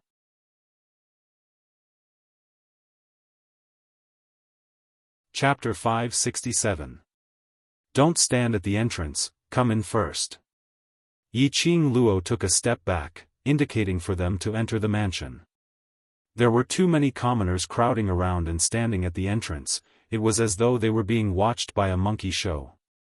The world group's youngsters retreated to the two sides, revealing a path. The Mu brothers didn't act pretentiously as the two of them entered the mansion one after another. The mansion's main door had just closed when Xiaofan sighed softly. Qing Luo, I know you're not a rash person and I know you're a sentimental person. Today's matter, although I'm not sure what exactly happened, but you shouldn't have clashed with the Yuqi family. Xiaofan and Yi Qing Luo had interacted for a few days, and towards Yi Qing Luo's character, he more or less had some understanding. He naturally believed that Yi Qing Luo wouldn't make a move on the Yuqi family for no reason. But today's timing wasn't right. You're not afraid of the Yuqi family, but you should more or less consider for the people around you. Xiaofan's peripheral vision shot a glance at those 10 over youngsters who were following behind. These young faces looked extremely unfamiliar. Apparently they were youngsters who were inexperienced. They saw it very clearly. Earlier when they rushed over, they saw these youngsters standing behind Yi Qing Luo. Facing thousands of experienced guards, they were clearly afraid, but the look in their eyes remained firm and determined. None of them retreated because of fear. All of them stood behind Yi Qing Luo, becoming her strongest fortress. These people were sincerely comrades with Yi Qing Luo. Because of this, Xiaofan was willing to raise this suggestion to Yi Qing Luo. When Yi Qing Luo heard that, she went into a slight daze. Her gaze subconsciously fell onto those brothers behind her. She finally understood the reason why Xiaofan stopped her. Once upon a time, she was alone. No matter where she went, no matter what dangerous mission she took, she was forever alone. She had also developed the habit of doing things alone. Now with these brothers and sisters. From the moment she placed these people in her heart, she had always remembered that she wasn't alone, but a team. Her every action, every word and action, could possibly affect the entire team. If she really chopped off Yuqi Peng's other hand earlier, these youngsters around her would definitely be targeted by the Yuqi family. Thank you for your advice, luckily you stopped me. Yi Qing Luo's smile bloomed like a flower. The Mu brothers chuckled and said, if you want to thank us, you can treat us to a meal in the canteen after the academy reopens. No problem. Yi Qing Luo nodded without hesitation. Turning around, he changed the topic. Oh right, about Yuqi Peng. Follow me to the hall. They talked as they walked, and along the way, the other brothers also dispersed. Too many things had happened today. When they thought of the even more serious mission that awaited them tomorrow, the youths naturally chose to suppress the excitement in their hearts and return to their rooms to rest. The huge mansion suddenly became much quieter. In the lobby, after everyone was seated, Yi Qing Luo didn't hold back at all as she told them about how Yuqi Peng and Duke Jing had fallen into the Dark Forces trap, and how they had signed the soul contract with the Dark Forces, almost being swallowed up. The Mu brothers looked at each other. Mu Zifei revealed an astonished expression. This is actually true. Dark Forces, the beast that was expelled by the Nirvana realm had actually returned? There must be a reason why the Dark Forces would hide in the dark. Yi Qing Luo's expression was grave as she looked at them. The Dark Forces kept on using powerful energy to lure the cultivators to sign the contract with them, and subsequently swallowing the other party's soul. This action is too abnormal. Chapter 568. Indeed, this wasn't normal. Dark Forces. This force had already disappeared for several decades. All along, they were the forces which were expelled by Nirvana realm. He had only occasionally heard about this dark power from the mouth of the previous generation. Today, the dark forces had appeared once again, and in such a manner. Could it be? Were they preparing to make a comeback? You must be careful of the dark forces. That profound energy is indeed powerful, but it ultimately isn't yours. If you lose yourself for a short-term benefit, then you will be consigned to eternal damnation. Yiqing Luo narrowed her eyes as she kept away the deep thoughts in her eyes as she opened her mouth to remind them. The hearts of the Mu brothers were filled with shock at this moment. Dark forces could make use of this energy to swallow a cultivator's soul. How many cultivators would be hooked? It was simply an unknown number. After all, which cultivator didn't thirst for power? Even they, too, thirsted for power. They couldn't help but feel deeply moved that this Yiqing Luo was still young, but her comprehension was not what most people could achieve. They had to investigate on what motive this dark force which was hiding in the dark had. Moreover, such a matter had happened in the world group today, so they should have something to say within the group. Mu brothers then got up and bade farewell. By the time they sent the Mu brothers out of the mansion, everyone's expressions in the main hall instantly turned grave. Yiqing Luo returned to the chair and sat down as her eyes were deep. From the current situation, Yuchi family will not find any trouble today. But in future, they will definitely not let this matter rest. Everyone nodded. Before Yuchi family's patriarch left, he left behind that sentence. Apparently, he had already bore a grudge against Yiqing Luo. What we need to do is to raise the group's ability. Long Yunzhan, who had always been silent, opened his mouth calmly as his azure blue eyes looked at Yiqing Luo quietly. Xiao Jin agreed, "We're not afraid of Yuchi family but the others." That might not be the case. Although the world group's youngsters were in devil class and had gone through their training, their profound grade and skills overall standard was considered to be extremely high. But they lacked experience. They lacked actual combat experience. Just like Bei Ming Liancheng, why was he able to advance to profound grade in the process of climbing the iron wire? That was because when he was close to death, his mental state had some comprehension, hence he was able to advance. Just as what Yiqing Luo had said, the only way to become stronger was through continuous battles. Based on the situation of the past 2 days, these youths were still too inexperienced. If it wasn't for Yiqing Luo's arrival, reminding them, they would probably still lock these students in devil class for secret training. Long Yunzhan and Xiao Jin exchanged glances. Suddenly, there was a lofty sentiment that spread out in their hearts. Perhaps, they might even have the confidence to emerge as the champion of the interclass tournament 8 months later.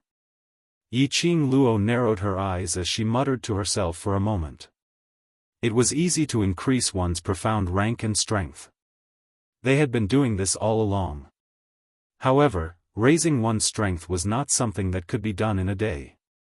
Some experts were often stuck at a bottleneck, unable to advance for years or even decades. Not to mention these youths who had yet to completely open their hearts. Tomorrow was the last day of the holiday. It seemed that she had to lead these people to the magical beast forest. The magical beast forest was a place where magical beasts roamed freely.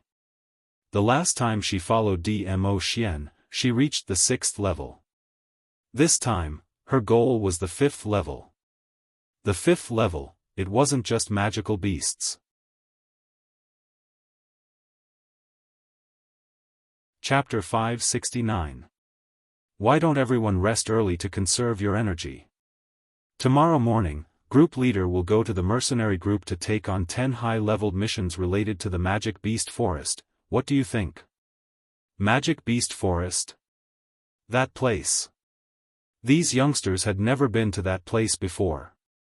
But Yiqing Luo's suggestion, Long Yunzhan didn't say anything, so the others naturally had no objections. Unknowingly, Yiqing Luo had already unknowingly become their center.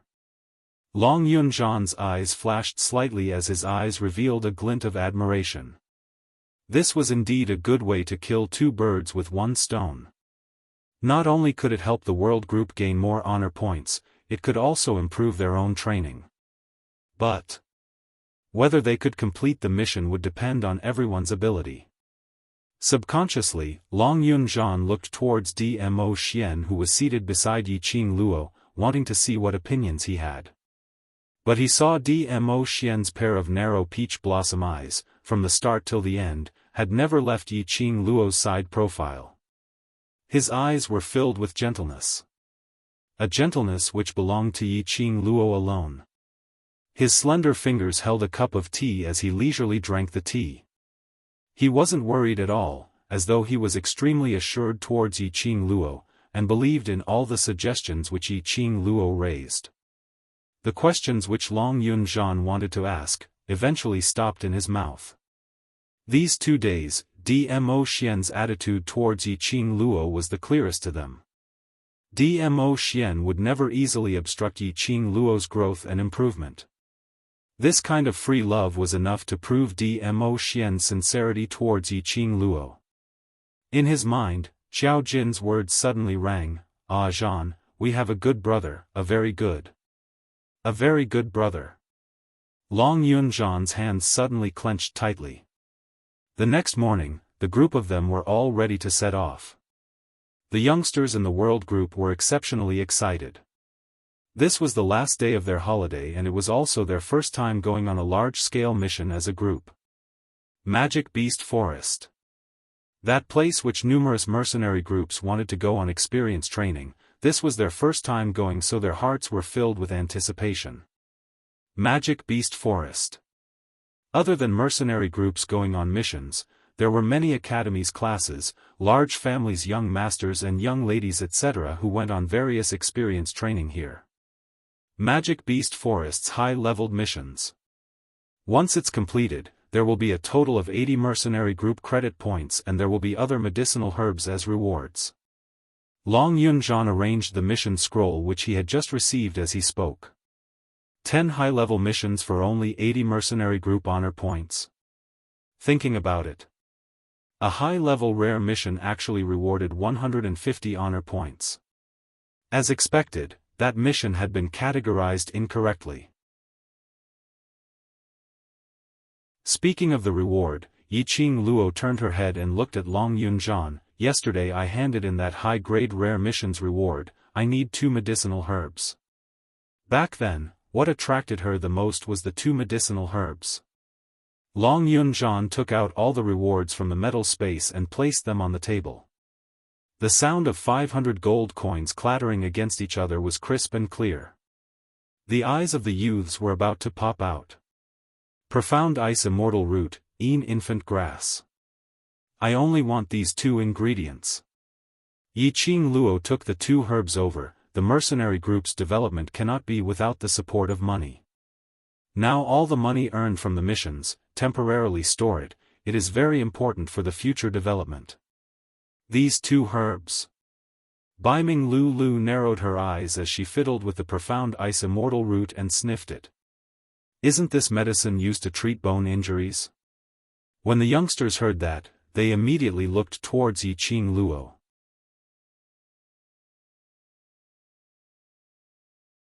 Chapter 570. Yiqing Luo shook her head, "Not me." Baiming Lulu picked up another medicinal herb with a bit of confusion in her eyes. These 2 herbs were both medicinal herbs used to treat bone injuries. However, could these 2 medicinal ingredients be used together to refine an elixir? What kind of medicinal pill was being refined? There didn't seem to be such a prescription in his memory. When the refinement is successful, I will write down the prescription for you. Yiqing Luo saw that Baiming Lulu was attracted by the medicinal herbs and knew that she was an alchemy fanatic. When she saw the medicinal herbs and herself not knowing how to refine pills, her interest was piqued. Xiao Jin clapped his hands, indicating for everyone to look at him. "All right, everyone, do your best. After completing the mission, the leader will treat you all to a good meal. Tomorrow, you will have to return to the academy." The youths cheered. "Ha ha ha, let's go. Let's go. I heard that the training in the Magical Beast Forest is a real training. Of course, that is the realm of actual combat. Why don't we have a competition to see who can hunt more magical beasts and complete more missions?" Looking at the youngster's noisy looks, Yiqing Luo's eyes were filled with warmth. She really liked this feeling. Everyone was full of vigor and hope for the future. She had to work harder to improve her profound rank and become stronger. At the very least, as the vice-captain of these youths, she should protect them well. She smiled. The man behind her also stared at her and smiled. The group of people left the mansion in a mighty manner. Every youth's heart was filled with curiosity and anticipation towards the unknown. However, the group of people did not notice that after they left the mansion, a sneaky figure hiding in the dark was quietly watching them. After sending off the world group with his eyes, that figure muttered softly, "Magical beast forest," then, he quickly left in the opposite direction of those youths. Shortly after, an old man in a new white robe walked out of the mansion.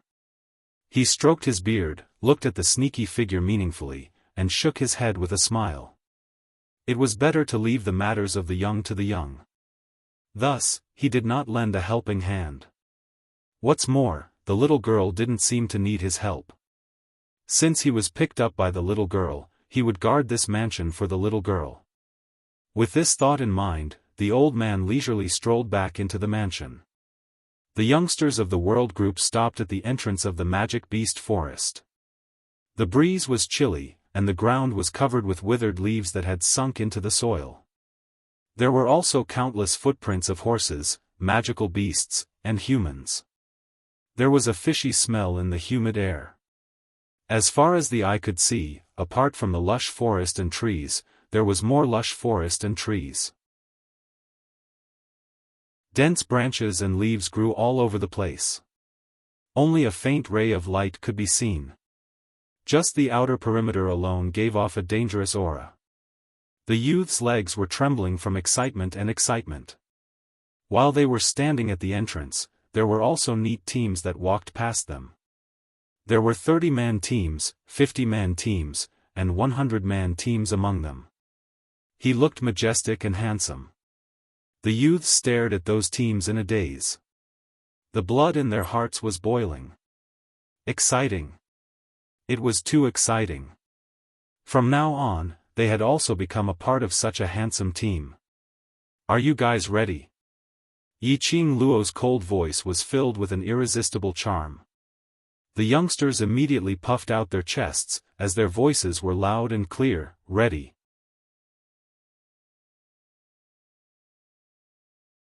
Chapter 571. Fifth level? The youngsters' hearts suddenly jolted. They thought that they would at most be messing around in the third level. Only then did they realize that the missions that their guild leader had accepted were all missions at the fifth level. They should be laughing and saying that their group leader had thought too highly of them.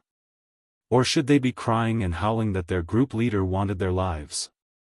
However, the mission which their group leader had taken on, their vice-group leader was the accomplice, so even if they had to kneel down, they had to complete the mission.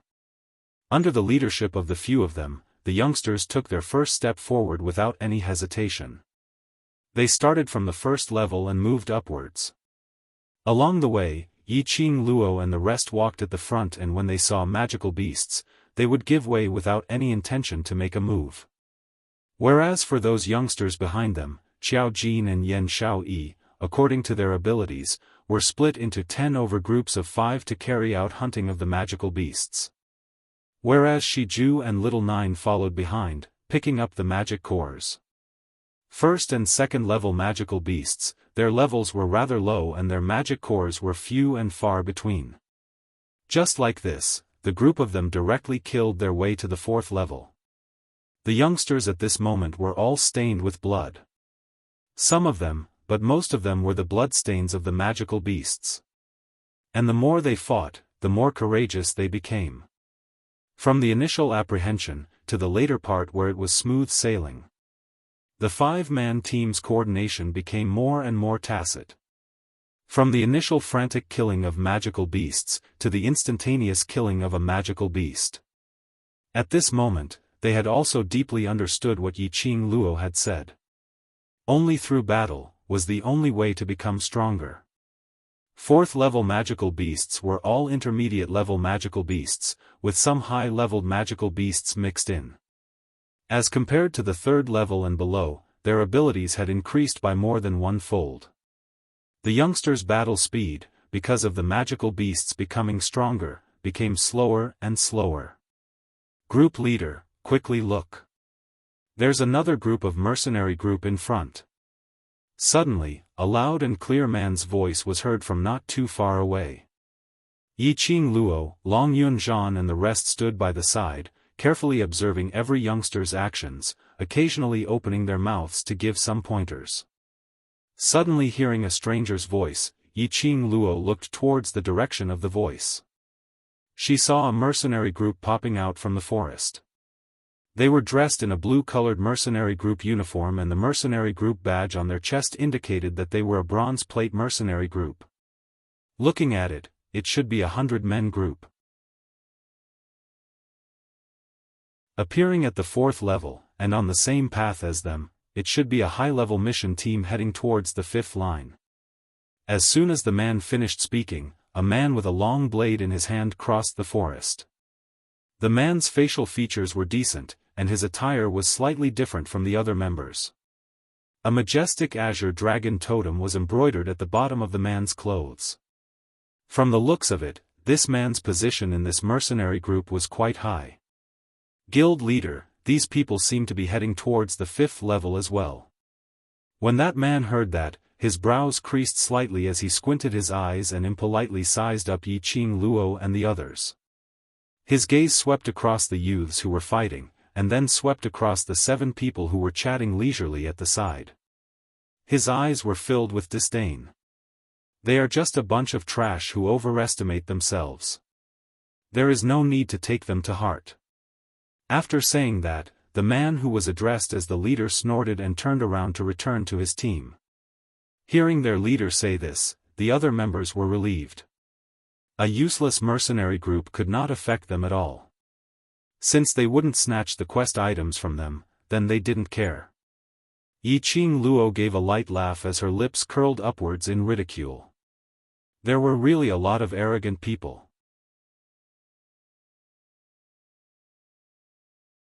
Chapter 572. Yiqing Luo didn't put her attention on that mercenary group but swept a glance at the surrounding youngsters who had placed their attention on this side as she spoke out coldly, "Concentrate when you're in battle." Those youngsters immediately retracted their gazes as they continued to kill the magical beasts in front of them. Hearing the lady's clear voice, that blue-robed group leader's footsteps halted. A pair of squinted eyes filled with disdain stared at Yiqing Luo. That imposing manner made even him subconsciously want to straighten his back and listen to orders. What was going on? Noticing the blue-robed group leader's gaze, Yan Xiaoyi's spirited eyes flashed as her eyes revealed a sliver of ridicule. "Yo, that trashy mercenary group in front, do you think that just because you're wearing a blue dragon-embroidered uniform, you really think that you're a dragon among men? From what we see you're at most maggots." In Devil class, they had endured being labeled as a trashy class, unable to retaliate. Now that they were outside, they didn't bear the name of Devil class. On what basis did they have to swallow their anger? After all, in the eyes of outsiders, they were people who came out from the imperial palace. Maggots? Saying maggots is an insult to maggots. Qiao Jin's brows rose as his ordinary face was filled with ridicule. When the other youngsters who were killing magical beasts heard that, they immediately burst out laughing. These 2 people were just too sarcastic. A perfectly fine dragon was said to be worse than maggots. The blue-robed group leader's face turned as black as charcoal. "You bunch of trash. We are the Blue Dragon Mercenary Group, how dare you insult us?" One of the members behind the blue-robed group leader's face flushed red as he pointed at Xiao Jin and bellowed in rage. What maggots? They were obviously the mighty and domineering blue dragon. Yan Xiaoyi gave out an exaggerated laugh and immediately covered her mouth as a pair of bright and beautiful eyes concealed a smile. "So the so-called Blue Dragon Mercenary Group is just a bunch of maggots like you. I thought this mercenary group was very powerful, but I didn't expect it to be just so-so. After they had established their mercenary group, they had more or less paid attention to the other mercenary groups. And this Blue Dragon mercenary group, according to their understanding, was a large-scale bronze plate mercenary group with 900 over people. Perhaps they had more members, but because they hadn't accumulated enough honor points, they were unable to advance to silver plate mercenary group, hence there was a maximum number of members. Blue Dragon mercenary group's backing seemed to be some other continent's family's group. Because of this, he had a bit of a reputation in the mercenary guild. He didn't expect it to be such a brainless team. Yan Xiaoyi's words completely infuriated the Blue Dragon mercenary group's members. Each of them glared at them with a ferocious gaze like that of a wild beast. Not too long later, 100 people surrounded Yi Qing Luo and the others in the center. Blue Dragon mercenary group's group leader Ji Tsangtian wiped the blood off his long sword as his lips curled into a cold smile as he looked at them in disdain. His eyes were filled with rage. However, he still pretended to be magnanimous. Small teams, don't be too arrogant. It wasn't easy for me to reach the 4th level. If I were to provoke someone I shouldn't provoke, it wouldn't be worth it. His words were filled with threat. Yan Xiaoyi's smile was even more exaggerated, and just as she was about to open her mouth, she was stopped by Yi Qing Luo.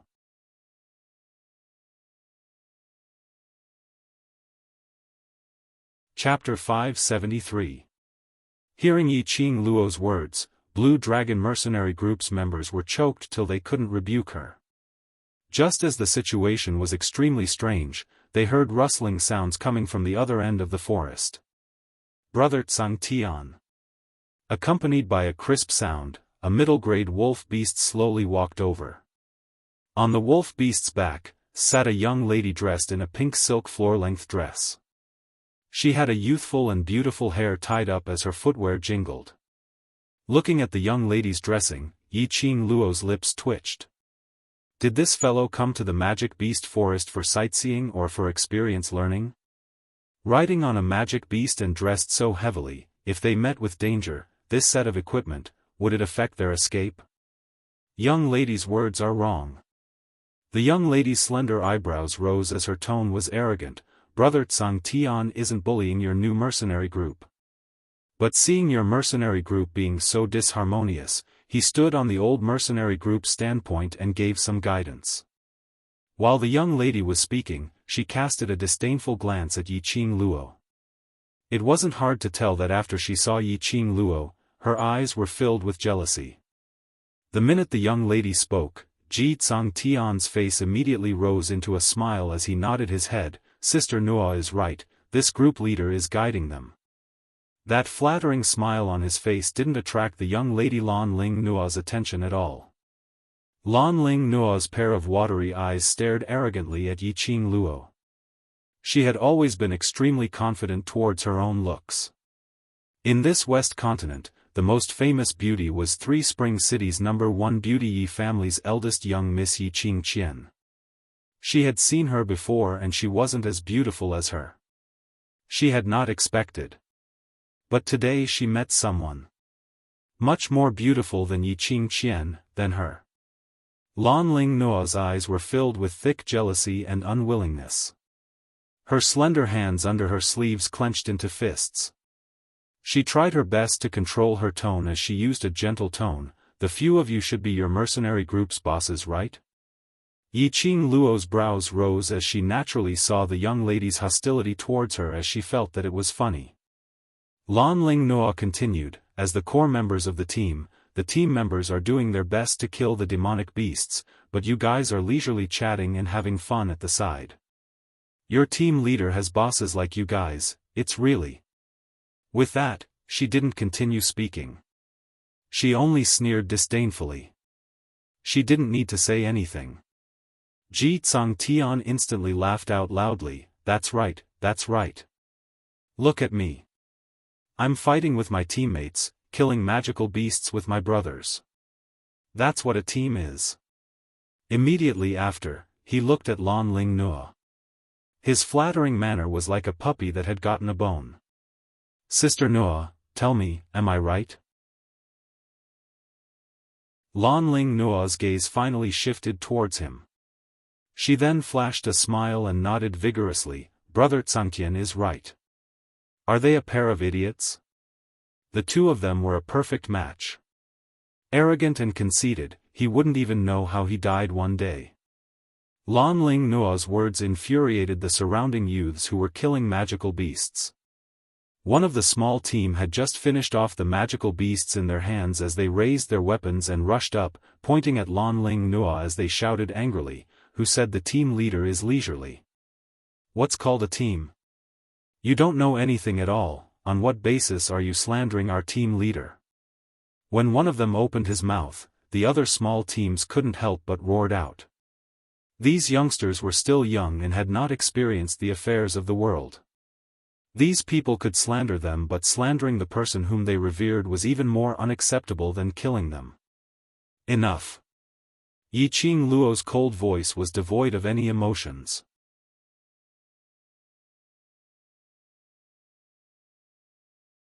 Chapter 574. Vice Commander, those youngsters retracted their arrogance under Yiqing Luo's aura. He silently returned to Yiqing Luo's back.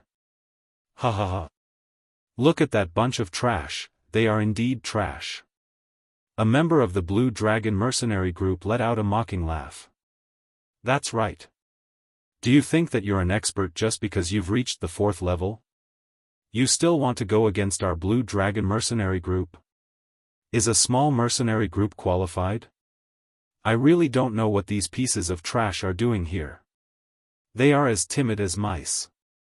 The sounds of ridicule caused the rage that the youths had suppressed with great difficulty to surge up again. This was especially so for Xiao Jin. He held the coin dart in his hand tightly and was about to throw it at those people who were mocking him. But he was stopped by Yiqing Luo. Forget it, we are only at the 4th level, the 5th level magical beasts are more dangerous, don't waste your energy because of these rubbish. The youths were startled, and the anger on their faces dissipated. That's right, their purpose in coming to the magical beast forest was to train and complete the mission. It was not worth it for them to waste their energy on the Blue Dragon mercenary group before they even reached the 5th level. The so-called forbearance was not a sign of weakness. It was because they knew how to judge the situation and make the best choice for themselves. Yiqing Luo's voice wasn't loud, nor was it soft. Blue Dragon mercenary group naturally heard it clearly. Trash? How dare she call them trash?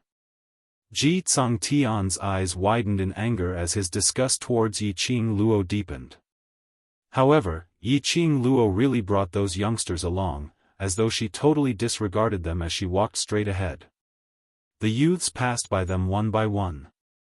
Ji Tsangtian felt a burning pain on his face, as though his pride had been stepped into the mud by the other party. Instantly, a strand of profound energy burst out of his body. He brandished the long sword in his hand, chopping towards Yiqing Luo. Yiqing Luo narrowed her eyes as her heart suddenly felt warm. He then saw Ji Tsangtian's profound heart jade, which was flickering with orange light. Looking at the star pattern under his feet, it showed his profound rank, Earth Profound Rank 2. Looking at Ji Tsangtian's age, he was at most 25 or 26. He had already reached the 2nd level of the Earth Profound Realm. It was no wonder that he was so arrogant. Yiqing Luo muttered to herself irresolutely. It seemed that she had to raise her profound rank as soon as possible, otherwise she wouldn't be able to catch up with the others. Just relying on his footwork and teleportation was not a long-term solution. When Ji Tsangtian's long saber slashed down, a loud dong was heard as a gold coin dart flew past, hitting the long saber. The strong force forced Ji Tsangtian's long blade to deviate as his arm was so numb that he almost dropped his long blade onto the ground. The moment he made his move, the members of the Blue Dragon mercenary group were not going to let him off. With a shout, he charged forward. The World Group's youngsters naturally wouldn't allow them to bully them as they raised their weapons to block their attacks. For a moment, the entire 4th line became chaotic. The two teams were entangled together. Yiqing Luo's slender brows creased slightly as she and Dmo Xian moved closer to the 5th level. Yiqing Luo transmitted her voice through the mercenary group badge. All brothers move closer to the 5th level, shake them off. If these people really got involved, it would definitely be a huge problem. It was the last day of holiday and Yiqing Luo didn't want to waste any more time. Unexpectedly, Lanling Nua, who was riding on the wolf beast, also commanded the wolf beast to move towards this direction at the same time. Lanling Nua felt that in the chaotic battle, she would inevitably be hurt. She dressed up so exquisitely today, in order to raise the Blue Dragon mercenary group's looks, not intending to make a move. On seeing Yiqing Luo and a man hiding in this direction, Lanling Nua naturally followed along.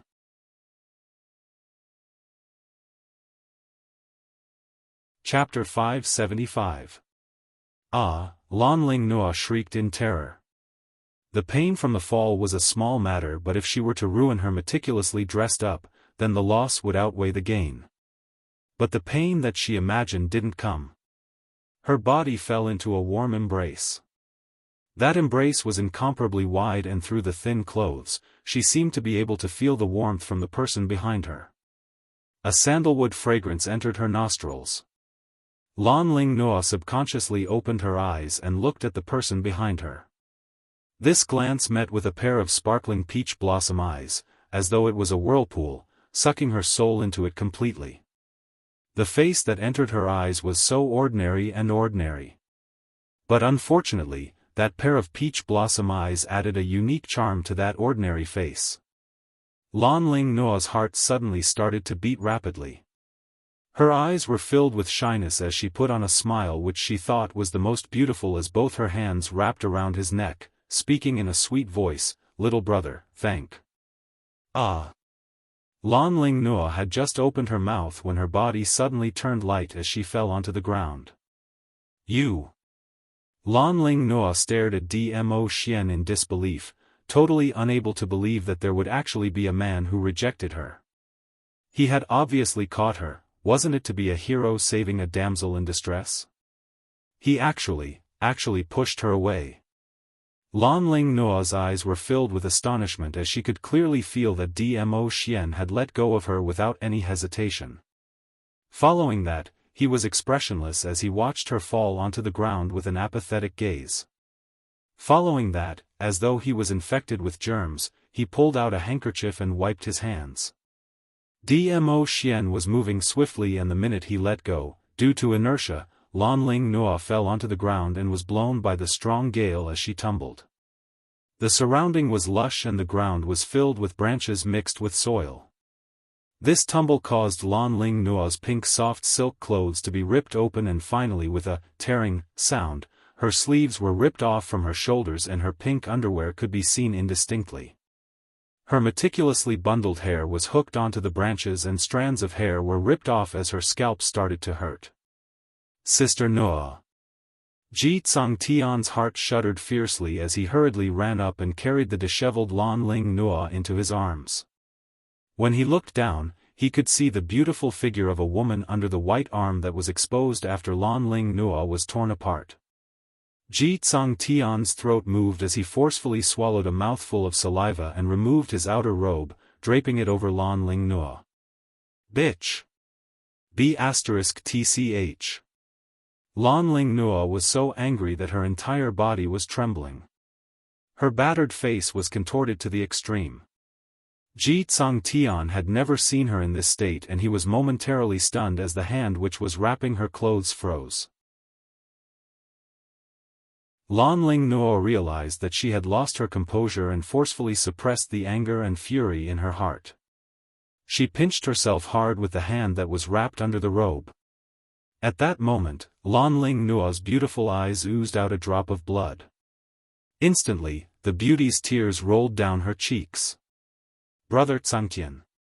"Brother Tsangtian," those choking sounds of sobbing made Ji Tsangtian's heart hurt. Lanling Nua cried and cried as she pounced into Ji Tsangtian's arms, calling out in an extremely aggrieved manner. She didn't say a single word as she kept calling out Ji Tsangtian's name. Ji Tsangtian's body tensed up as his hands slowly landed on Lan Ling Nuo's petite body after some time. This was the woman whom he loved, the woman whom he had chased for a long time but had not managed to get his hands on. Now that she had pounced into his arms, how could he not be agitated? But the woman whom he loved was crying so sadly. Thinking of that mercenary group which made Lan Ling Nuo cry, a layer of ice surfaced on Ji Tsangtian's face.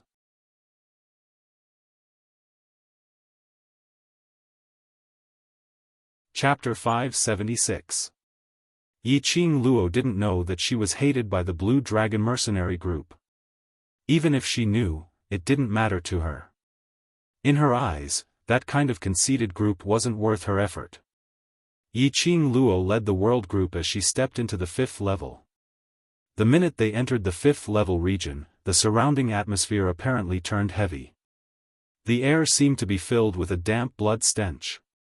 Those youngsters who were originally talking about that mercenary group earlier and talking about that arrogant mercenary group slowly stopped talking under this strange atmosphere. One by one, the youngsters subconsciously puffed out their chests as they vigilantly released their senses. Danger. Everything here was giving off a dangerous vibe. It was different from the relaxed feeling of the 4th level and below. Everywhere here was filled with a sense of oppression. Even their breathing seemed to be cautious. Remember your motive for coming here. Yiqing Luo suppressed her voice as her vision swept past all the youngsters. For those unimportant people or before the mission is completed, don't bother about them. After the mission is completed, I won't stop you however you want to play with them.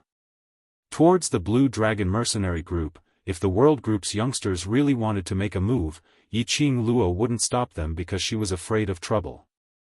What's more, she hoped that the world group's youngsters would have a battle with the Blue Dragon mercenary group. However, he had to prioritize his priorities before doing anything. If for Blue Dragon mercenary group, they had to sacrifice the world group's youngsters' energy, causing them to be unable to complete the 10 high-leveled missions, then it wasn't worth it.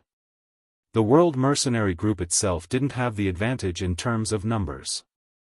If they were to sacrifice their manpower here, there was totally no need. The youngsters' eyes lit up. The meaning was, as long as they completed the mission, they would be able to teach that Ji Tsangtian a harsh lesson. Facing the youngsters' hopeful gazes, Yiqing Luo chose to ignore them as she intentionally didn't say anything. Following that, she looked at Long Yunzhan, group leader. What's our mission? 10 missions. Long Yunzhan's voice was calm as he said faintly, 7 missions are to kill high-leveled magical beasts and obtain their magical beast cores, skin and bones. Among them, we need 2 wolf beasts and we need wolf teeth and fur. 3 bear beasts, we need the entire bear beast and not a single part can be missing. There's another one that's more difficult. The Mercenary Union has specifically suggested that I choose carefully, which is to kill 2 goshawks. The youths were all dumbfounded. Their legs froze on the spot, not daring to move. Kill a high-level magical beast? Are you sure you're not joking? It was a wolf beast. Berserk beasts and eagle beasts. Not to mention 7, even if just one high-level magical beast came, they would probably suffer. Furthermore, he wanted to kill the goshawk demonic beast. Oh my god. Do you know what the goshawk is capable of? That was a bird flying in the sky. How could they possibly kill it? The youths gulped nervously. After a long while, they finally found their voices and asked in a trembling voice, what about the other 3 missions? Dig out the herbs at the edge of the gap between the 5th and 6th levels. As soon as this mission was announced, the youths' faces immediately became lifeless. These F*King quests were all deadly quests. Don't look at how easy it was to dig up the medicinal herbs. The key was, it was at the edge between the 5th and 6th lines. That was the place where magical beasts were most likely to appear. Especially in the magical beast forest, all the medicinal herbs were under the control of the magical beasts. if they were to dig the medicinal herbs and attracted the magical beast's attention.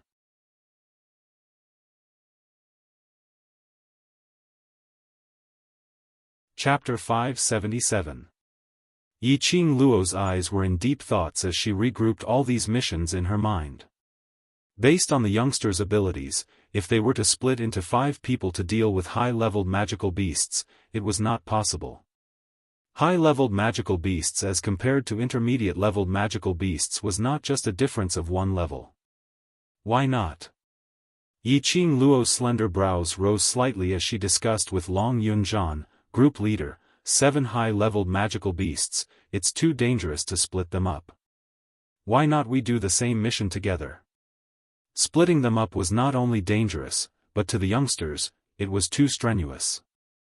But 60 over people working together to deal with 1 high-leveled magical beast, as long as there was a good command and coordination, the efficiency would be much higher than splitting them up to hunt the magical beasts. Long Yunzhan nodded. This way, it's beneficial to train everyone's coordination. The youngsters naturally didn't have any opinion on the method which group leader and assistant group leader had discussed. Moreover, working together in a team was indeed safer and it could nurture everyone's rapport. Everyone on the 5th level didn't dare to act like what they did on the 4th level, swaggering in the forest, not fearing the magical beasts at all. Everyone walked extremely carefully. The youngsters with higher perceptive sense and faster speed led the way in front while the 60 over youngsters followed behind. Whereas Yi Qing Luo and the rest walked at the back of the crowd. The few of them didn't say a single word but carefully sized up these youngsters' expressions, as well as their vigilance and reaction when facing danger. Occasionally, when they saw some rare medicinal herbs, Yi Qing Luo and Bei Ming Lu would drop out of the group and quietly harvest them. The duo's coordination wasn't too bad as they didn't cause any disturbances among the magical beasts. In the process of heading towards the mission, they harvested over 10 types of medicinal herbs. Following that, they caught up with the group. The mission to kill 2 wolf beasts was considered as the easiest among the 3 types of magical beasts. But the youngsters expressed the immense pressure. High-leveled wolf beasts were around the size of an adult tiger. Their fangs were sharp and their claws were sharp, especially their speed was extremely fast. Most importantly, wolf beasts were pack animals. They had no way to attract a single wolf beast to one side for hunting. Once one wolf beast was attracted, the rest of the wolf beasts would instantly rush over. By then, if they were surrounded by 10 over high-leveled wolf beasts, it wouldn't be them hunting the wolf beasts, but the wolf beasts would be preying on them. Wolf beasts have their own territory. As long as we lure the high-ranked wolf beasts out of their territory, then we can make our move. The other high-ranked wolf beasts won't be able to rush over. Yi Qing Luo recalled that in the books which she had read at Ghost Doctor's place, it had recorded this part of the magic beast forest. Because there were many rare medicinal herbs in the 5th level, the book specifically recorded the method of obtaining medicinal herbs. It was specially marked that the magical beasts of the 5th level all had their own territories. If an alchemist was discovered by a territory's magical beast while picking medicinal herbs, all the magical beasts in the territory would attack. However, if they escaped from the territory of the magical beasts, the pursuing magical beasts would give up on their pursuit. Of course, the beast tide was not an unstable factor.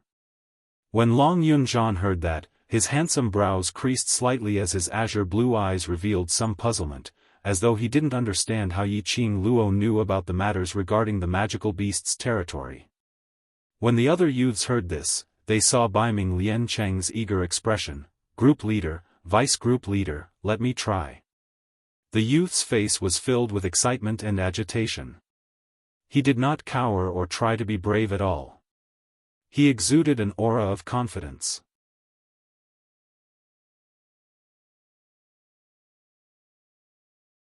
Chapter 578.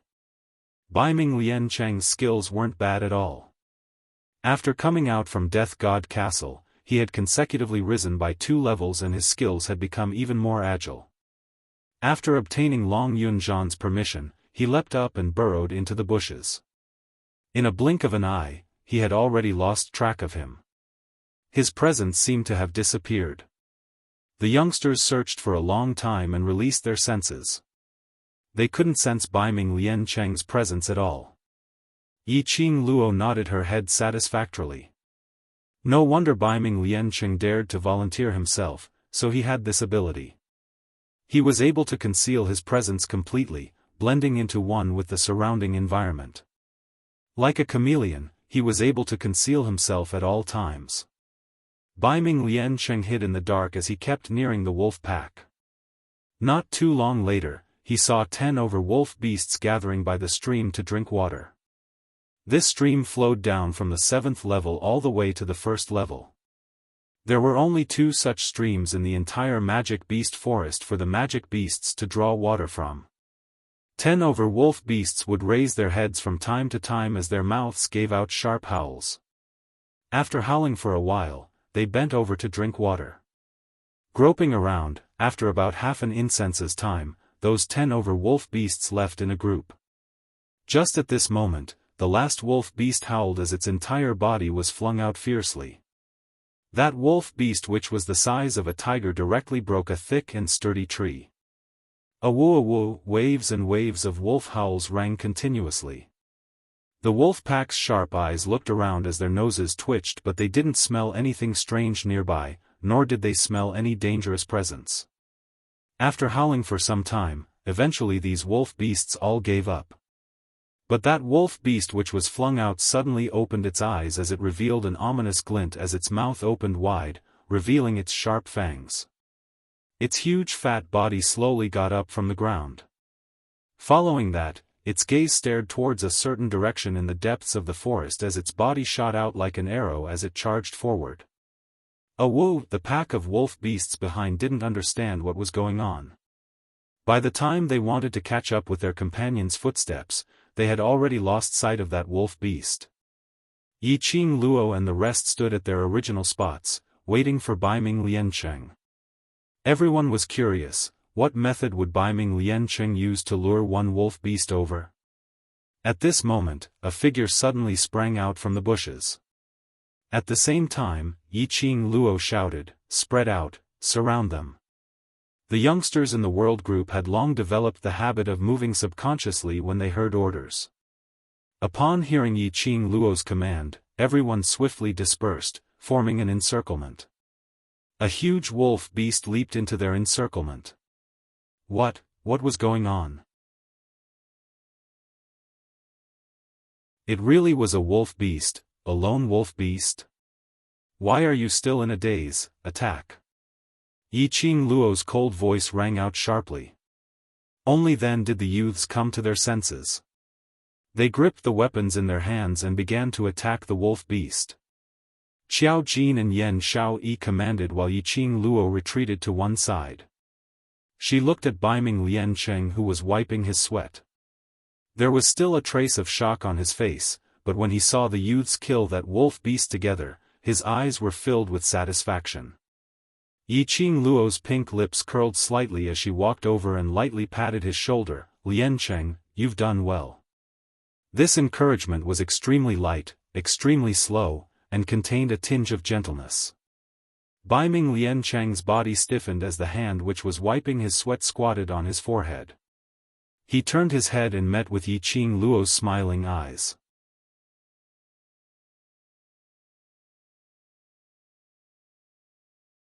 Chapter 579. She had to admit that Baiming Liancheng's reaction was fast and he was an intelligent person. After Yi Qing Luo got closer to him, she smelled a trace of medicinal herb smell from him. This smell was what she smelled when they passed by the other beast clan's territories. Yi Qing Luo roughly guessed the method which Baiming Liancheng used. The wolf beast just now must have been attracted by the smell of the herbs. Yi Qing Luo patted his shoulder once again as she revealed a gentle smile. "Go on." Baiming Liancheng's eyes shone slightly as he nodded his head vigorously and immediately dived into the bushes to search for the next wave of wolf pack. This method could only be used once for the same wave of wolf pack. Otherwise, the second time, these magical beasts which had their own consciousness would definitely discover something amiss. Yiqing Luo turned around and looked at the youngsters who were struggling with the wolf beasts. At this moment, she didn't know that her one encouragement made a youngster's inner heart gradually become strong and filled with hope. Using the same method, the youngsters hunted 2 wolf beasts and sliced the corpses according to their body parts, placing them into their space bags in batches. After 2 consecutive wolf beasts, the youngsters were already exhausted. Yiqing Luo had already found an empty space with a huge rock for everyone to rest and replenish their energy. 1 hour later, the youngsters started their journey. The last time Yiqing Luo came here, she had already memorized the rough topography of the magic beast forest in her mind. She directly led the youngsters towards the bear beast's territory. Occasionally, there were several advanced-leveled magical beasts walking around. Yiqing Luo and the others carefully avoided them. It was until they entered the boundary of the bear beast's territory when they stopped in their tracks. Yiqing Luo used the mercenary group badge to transmit her understanding towards the bear beast to the youngsters. Bear beasts were solitary magical beasts and didn't have the awareness of their companions. These bear beasts, when they met their own kind, would not hesitate to attack their own kind. So if they wanted to deal with the bear beast, even if the other bear beasts saw them, they wouldn't help. Of course, there was a possibility that after they killed the bear beast, they would snatch the bear beast's corpse and attack the mercenary group. When the youngsters heard that, their gazes towards the bear beast were filled with battle passion. The body of the advanced bear beast was as tall as a tree that 3 people could carry when it stood up. When it walked, the ground shook continuously. Yiqing Luo saw that everyone was ready and with a command, she directly led the youngsters as they charged towards a bear beast. The bear's attacks were swift and powerful. It clearly looked extremely cumbersome, but its movements were shockingly agile. After expending a tremendous amount of effort, the 60-odd people finally managed to take down a bear beast. Luckily, Yiqing Luo had specially lured the bear beasts to a corner of the bear beast's territory, so it didn't attract the attention of the other bear beasts. The requirement of the mission was that they needed the bear's entire body, not a single part missing. However, if he didn't cut up this huge bear, his spatial pocket wouldn't be able to contain it. Everyone's vision fell onto Yiqing Luo.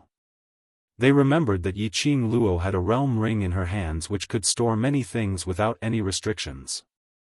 Yiqing Luo's lips twitched helplessly. She had long planned to place the entire bear beast's corpse into the profound phoenix ring. Just as she was about to head up and keep the bear beast into the profound phoenix ring, she heard an exasperated shout behind her, "It's you bunch of trash mercenary group again." As the saying goes, enemies wouldn't meet unless they were enemies. Weren't these people the Blue Dragon mercenary group which they had just met at the 4th level?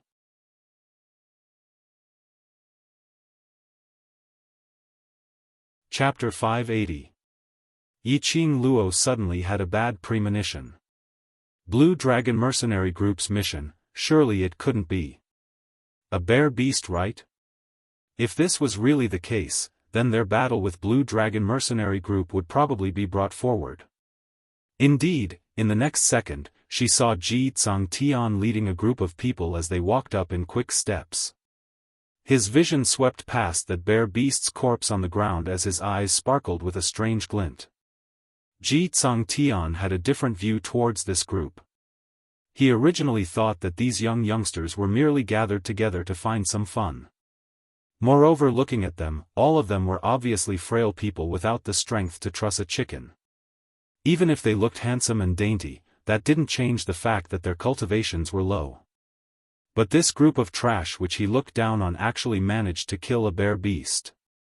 Ji Tian hadn't even said a word when a group member beside him had already raised his voice as he spoke out sharply, "Trash group, you actually dare to snatch the item required for the mission with Blue Dragon mercenary group?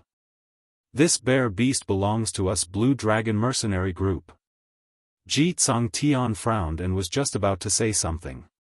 But on seeing Lan Ling Nua who was sitting on the wolf beast's back, He recalled her sad look when she was crying in his arms earlier, so he stopped his mouth.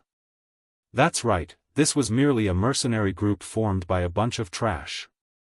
Since they dared to offend Blue Dragon and dared to make Sister Nua into such a disheveled state, then they must pay the appropriate price.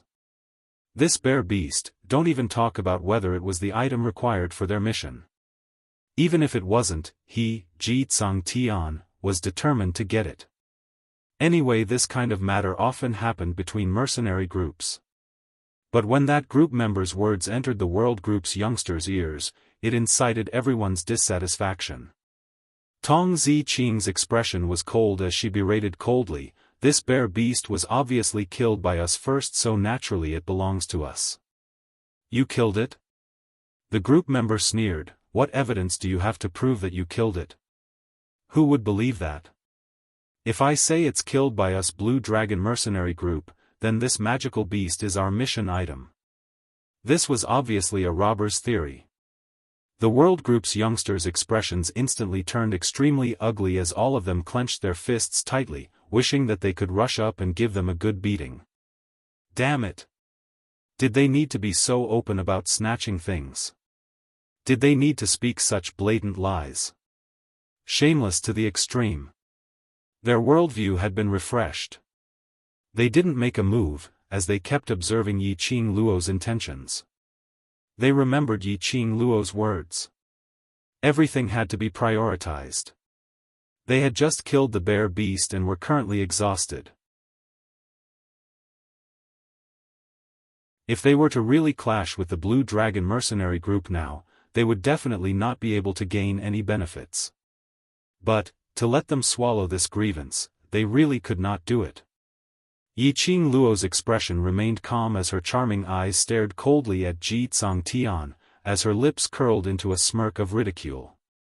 After a while, she blinked her charming eyes, and a soft, almost inaudible laugh escaped from her lips. "Heh! Blue Dragon mercenary group. This is my first time seeing such a shameless mercenary group." She lightly tapped her pink lips with her hand, revealing a charming expression. Tilting her head, her eyes curved. "But that's true. With a shameless leader, there will naturally be a shameless team. You." Ji Tsang Tian's face turned steely green as he had not expected Yi Qing Luo to fire the cannon directly onto him.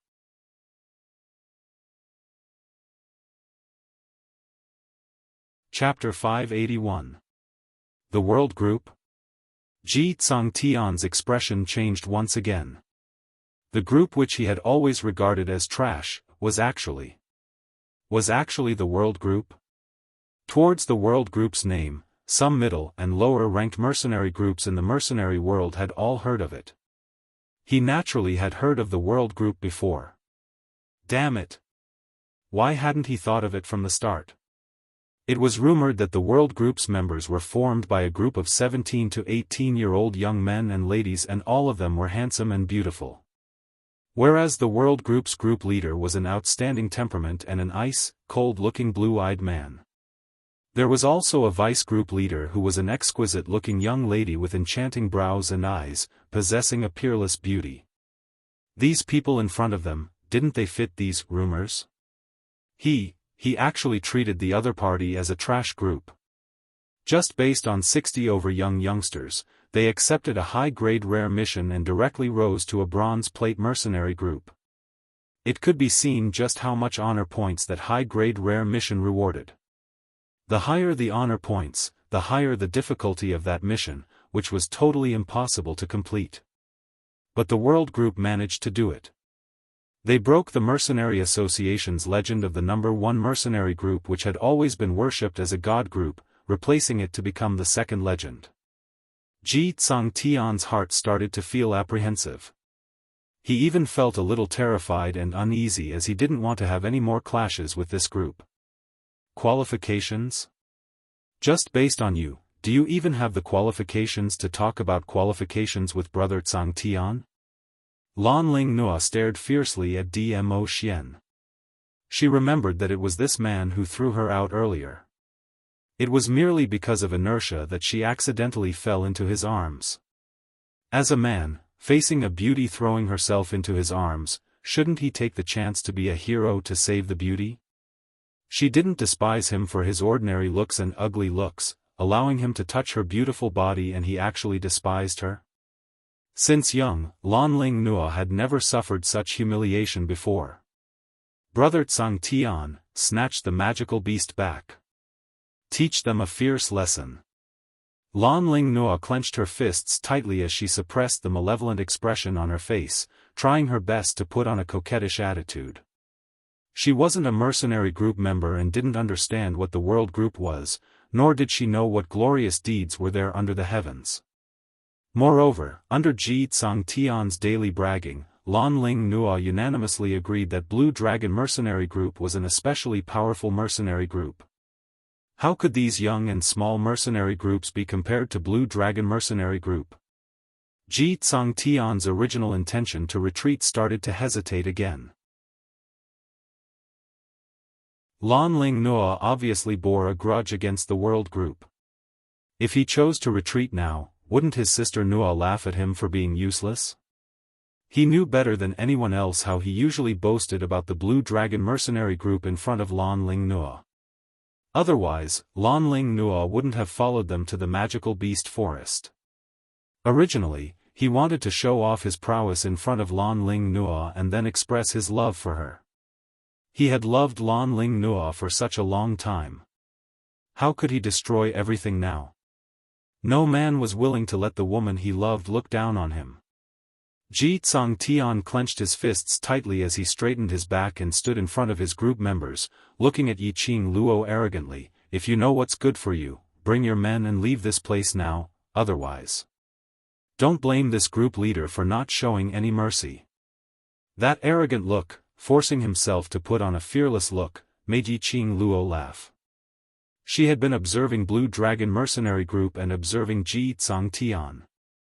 Ji Tsang Tian must have heard of the world group's name. He was also fearful of the world group.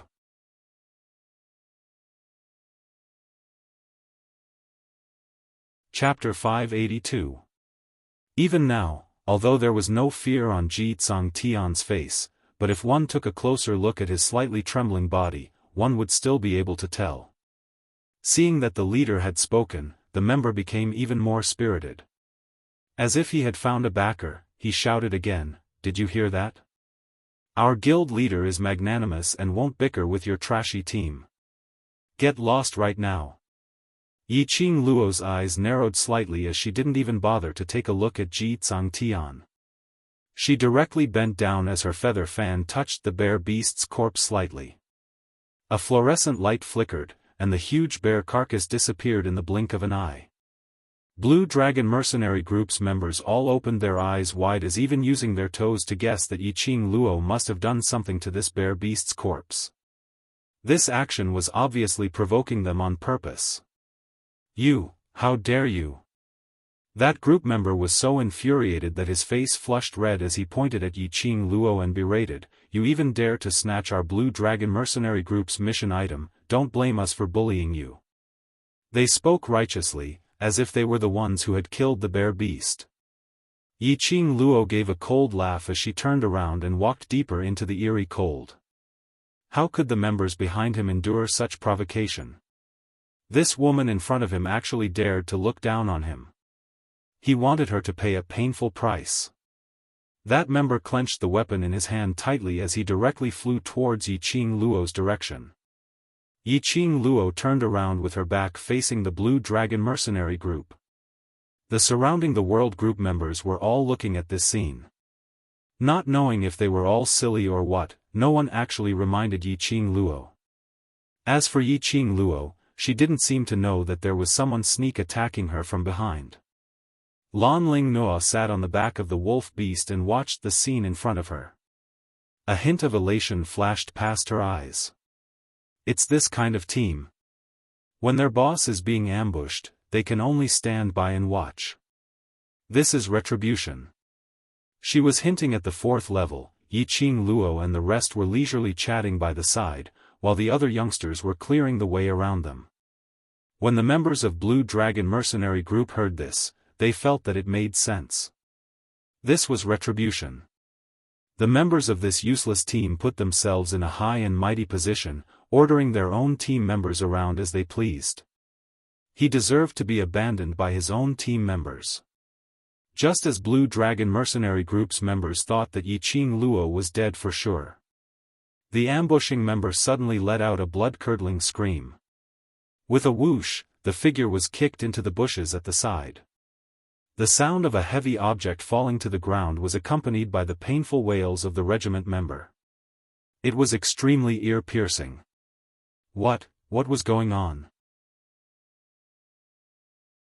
Ji Tsangtian's gaze subconsciously fell onto Yiqing Luo. However, the slender figure still had her back facing them as she returned to the middle of Long Yunzhan's group before turning around. At the instance when she turned around to look at him, Ji Tsangtian obviously saw a deep sense of ridicule in Yiqing Luo's eyes. Yes, it was mockery. Laughing at his incompetence. Mocking their mercenary group for overestimating themselves. That shameful feeling exploded forth in that instant. Ji Tsangtian was so angry that he was trembling. The current him didn't care if the group in front of him was that famous mercenary group or not. He only knew that he could not let go of anyone who mocked him. Otherwise Blue Dragon Mercenary Group wouldn't have a foothold in the mercenary world. He wanted to kill Yiqing Luo. He wanted to make Yiqing Luo pay a painful price for today's actions.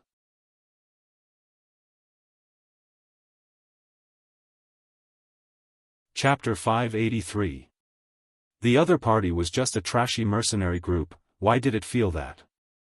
Ji Tsangtian's side had always been on the losing end. Moreover, they were controlled by the other party until they had no way to resist. Earlier, they didn't even see anyone making a move and Lu was sent flying. Lan Ling Noa started to suspect if what Ji Tsangtian said was true or not. Suddenly, she started to regret listening to Ji Tsangtian's words, abruptly following him into the magic beast forest. Seeing his beloved woman's suspicious gaze, Ji Tsangtian's pride suffered a serious blow. A gush of nameless fury started burning. He clenched his fists tightly as he stared fiercely at Yiqing Luo, shouting out sharply, "Snatch our bear beast back, let them witness the power of the Blue Dragon Mercenary Group." Yiqing Luo and the others looked at Ji Tsangtian as though they were looking at a bunch of clowns. Although the youngsters were already very tired. But the thought of being able to teach these arrogant Blue Dragon Mercenary Group a lesson, all of them were as excited as though they were injected with chicken blood. Motherf ***. They had wanted to beat them up for a long time alright. If it wasn't for Madame Qing Luo's words, they absolutely would have charged up right now. These youngsters, under Yiqing Luo's influence, all understood one logic. That was battle. The most realistic battle. Which was now, their battle with the Blue Dragon Mercenary Group. The reason why the Blue Dragon Mercenary Group was able to walk till now, to become a Bronze Plate Mercenary Group, was because the group leader and members' characters were a little conceited. But there was no way to deny that they had absolute ability. To be able to battle with them, they should be able to gain quite a bit of upgrade. Yiqing Luo's brows creased as she was about to say something.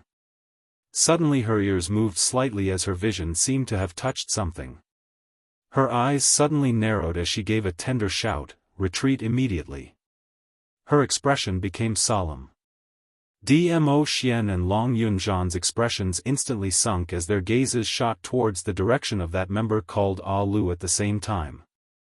When those youngsters who were rubbing their palms heard that, they went into a blank as they speedily followed Yiqing Luo's instructions, retreating into the depths of the forest. This action, in the eyes of the Blue Dragon Mercenary Group's members, was because they were afraid of their ability and wanted to escape. These group members had always been proud and arrogant, and earlier they were humiliated by Yiqing Luo and the others, so why would they let them off? Under Ji Tsangtian's command, the group of them immediately wanted to chase up. Suddenly, a shrill scream came from the bushes behind him. It was Lu's voice. Ji Tsangtian and the others stopped in their tracks as they turned their heads over.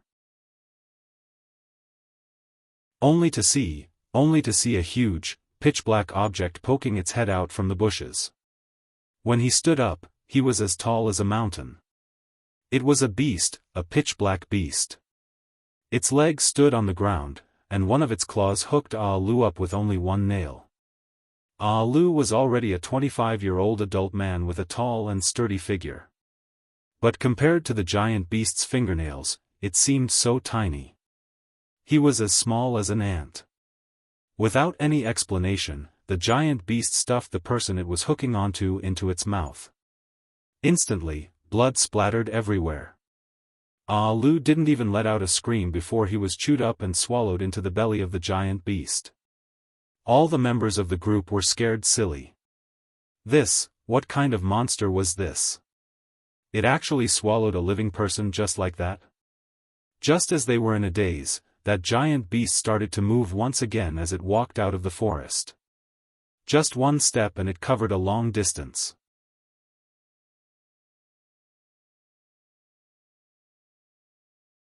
Chapter 584. Under Yiqing Luo's reminder, the World Group's youngsters retreated to a safe place, avoiding the helpless fate of being trampled to death by the huge beast. Ji Tsangtian swiftly reacted as he pulled Lan Ling Nua, who was sitting on the mount, into his arms. Following that, he sped towards the World Group's direction. When the other group members saw that, all of them started to rush over in terror. Oh my god! What the hell was this thing? They had been in the Magic Beast Forest for so many years and had never seen this kind of magical beast in the 5th level. When Blue Dragon Mercenary Group's members rushed over, the World Group's youngsters were simply cursing in their hearts. They couldn't help but wanted to curse this bunch of shameless people. Ah Xian! Yiqing Luo's brows creased tightly as she tugged Dmo Xian's sleeve as her pair of charming eyes congealed on that huge beast. She wouldn't easily open her mouth to Dmo Xian. But under this situation, she had to open her mouth.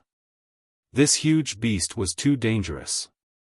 She might be able to use blink movement to avoid this huge beast's attack, but the World Group's youngsters were not able to do so. Moreover, unless it was the last resort, she really didn't want to use the blink movement's secret art. Let's not talk about the fact that this secret art was used to save her life. Just the fact that every time she used it, she would be caught red-handed and was even recognized by others. This secret art, if possible, Yiqing Luo would try not to use it. The huge beast's speed was simply too fast. Its one step was equivalent to everyone releasing all their profound chi and sprinting for 10 meters. But in just a few short moments, another 10 over Blue Dragon Group's members died tragically under the huge beast's feet. There were some who were swept by the huge beast's claws and directly thrown into its mouth. The scene was extremely bloody and ferocious. Based on her strength, there was absolutely no way to protect the World Group's youngsters. Yiqing Luo bit her lower lip tightly as her slender fingers subconsciously clasped Dmo Xian's arm tightly. She was too weak. The bigger the responsibility, the more she felt that she was too weak. After she returned to the academy, she wanted to head to the spiritual Qi treasure land and enter the Azure Dew bracelet to first break through her profound grade to Earth profound realm. Dmo Xian's palm was warm as it gently covered Yiqing Luo's eyes. His voice was calm without any ripples, but Yiqing Luo could hear his concern. "It's okay, I'm here." Just 4 simple words made Yiqing Luo's heart tremble suddenly. Dmo Xian's palm blocked her vision and it was pitch black. She blinked. Her long, curly eyelashes brushed past his palm like a small brush. Shortly after, the sounds of the youth's heaving sighs of relief could be heard. Yiqing Luo grabbed onto Dmo Xian's palm with both hands, only to see the World Group's youngsters and Blue Dragon Group's members all squeezing over. Although the youths were saying nasty things and ridiculing the group members, they still made way for them to have a place to stand. Not long after, this small piece of flat ground was filled with people. As for the giant beast, it kept raising its foot, trying to step on them. However, the huge foot that was lifted up seemed to be blocked by something and was bounced back. The giant beast's body swayed, and like a collapsing mountain, it fell straight back. Boom boom boom, a deafening sound reverberated along with the entire magic beast forest shaking. It wasn't an exaggeration to describe it as the earth quaking and mountains shaking. It was an enchantment. Yiqing Luo raised her eyes towards the sky and she could faintly see a transparent ray of light, appearing and disappearing indistinctly. When did Dmo Xian conjure the enchantment?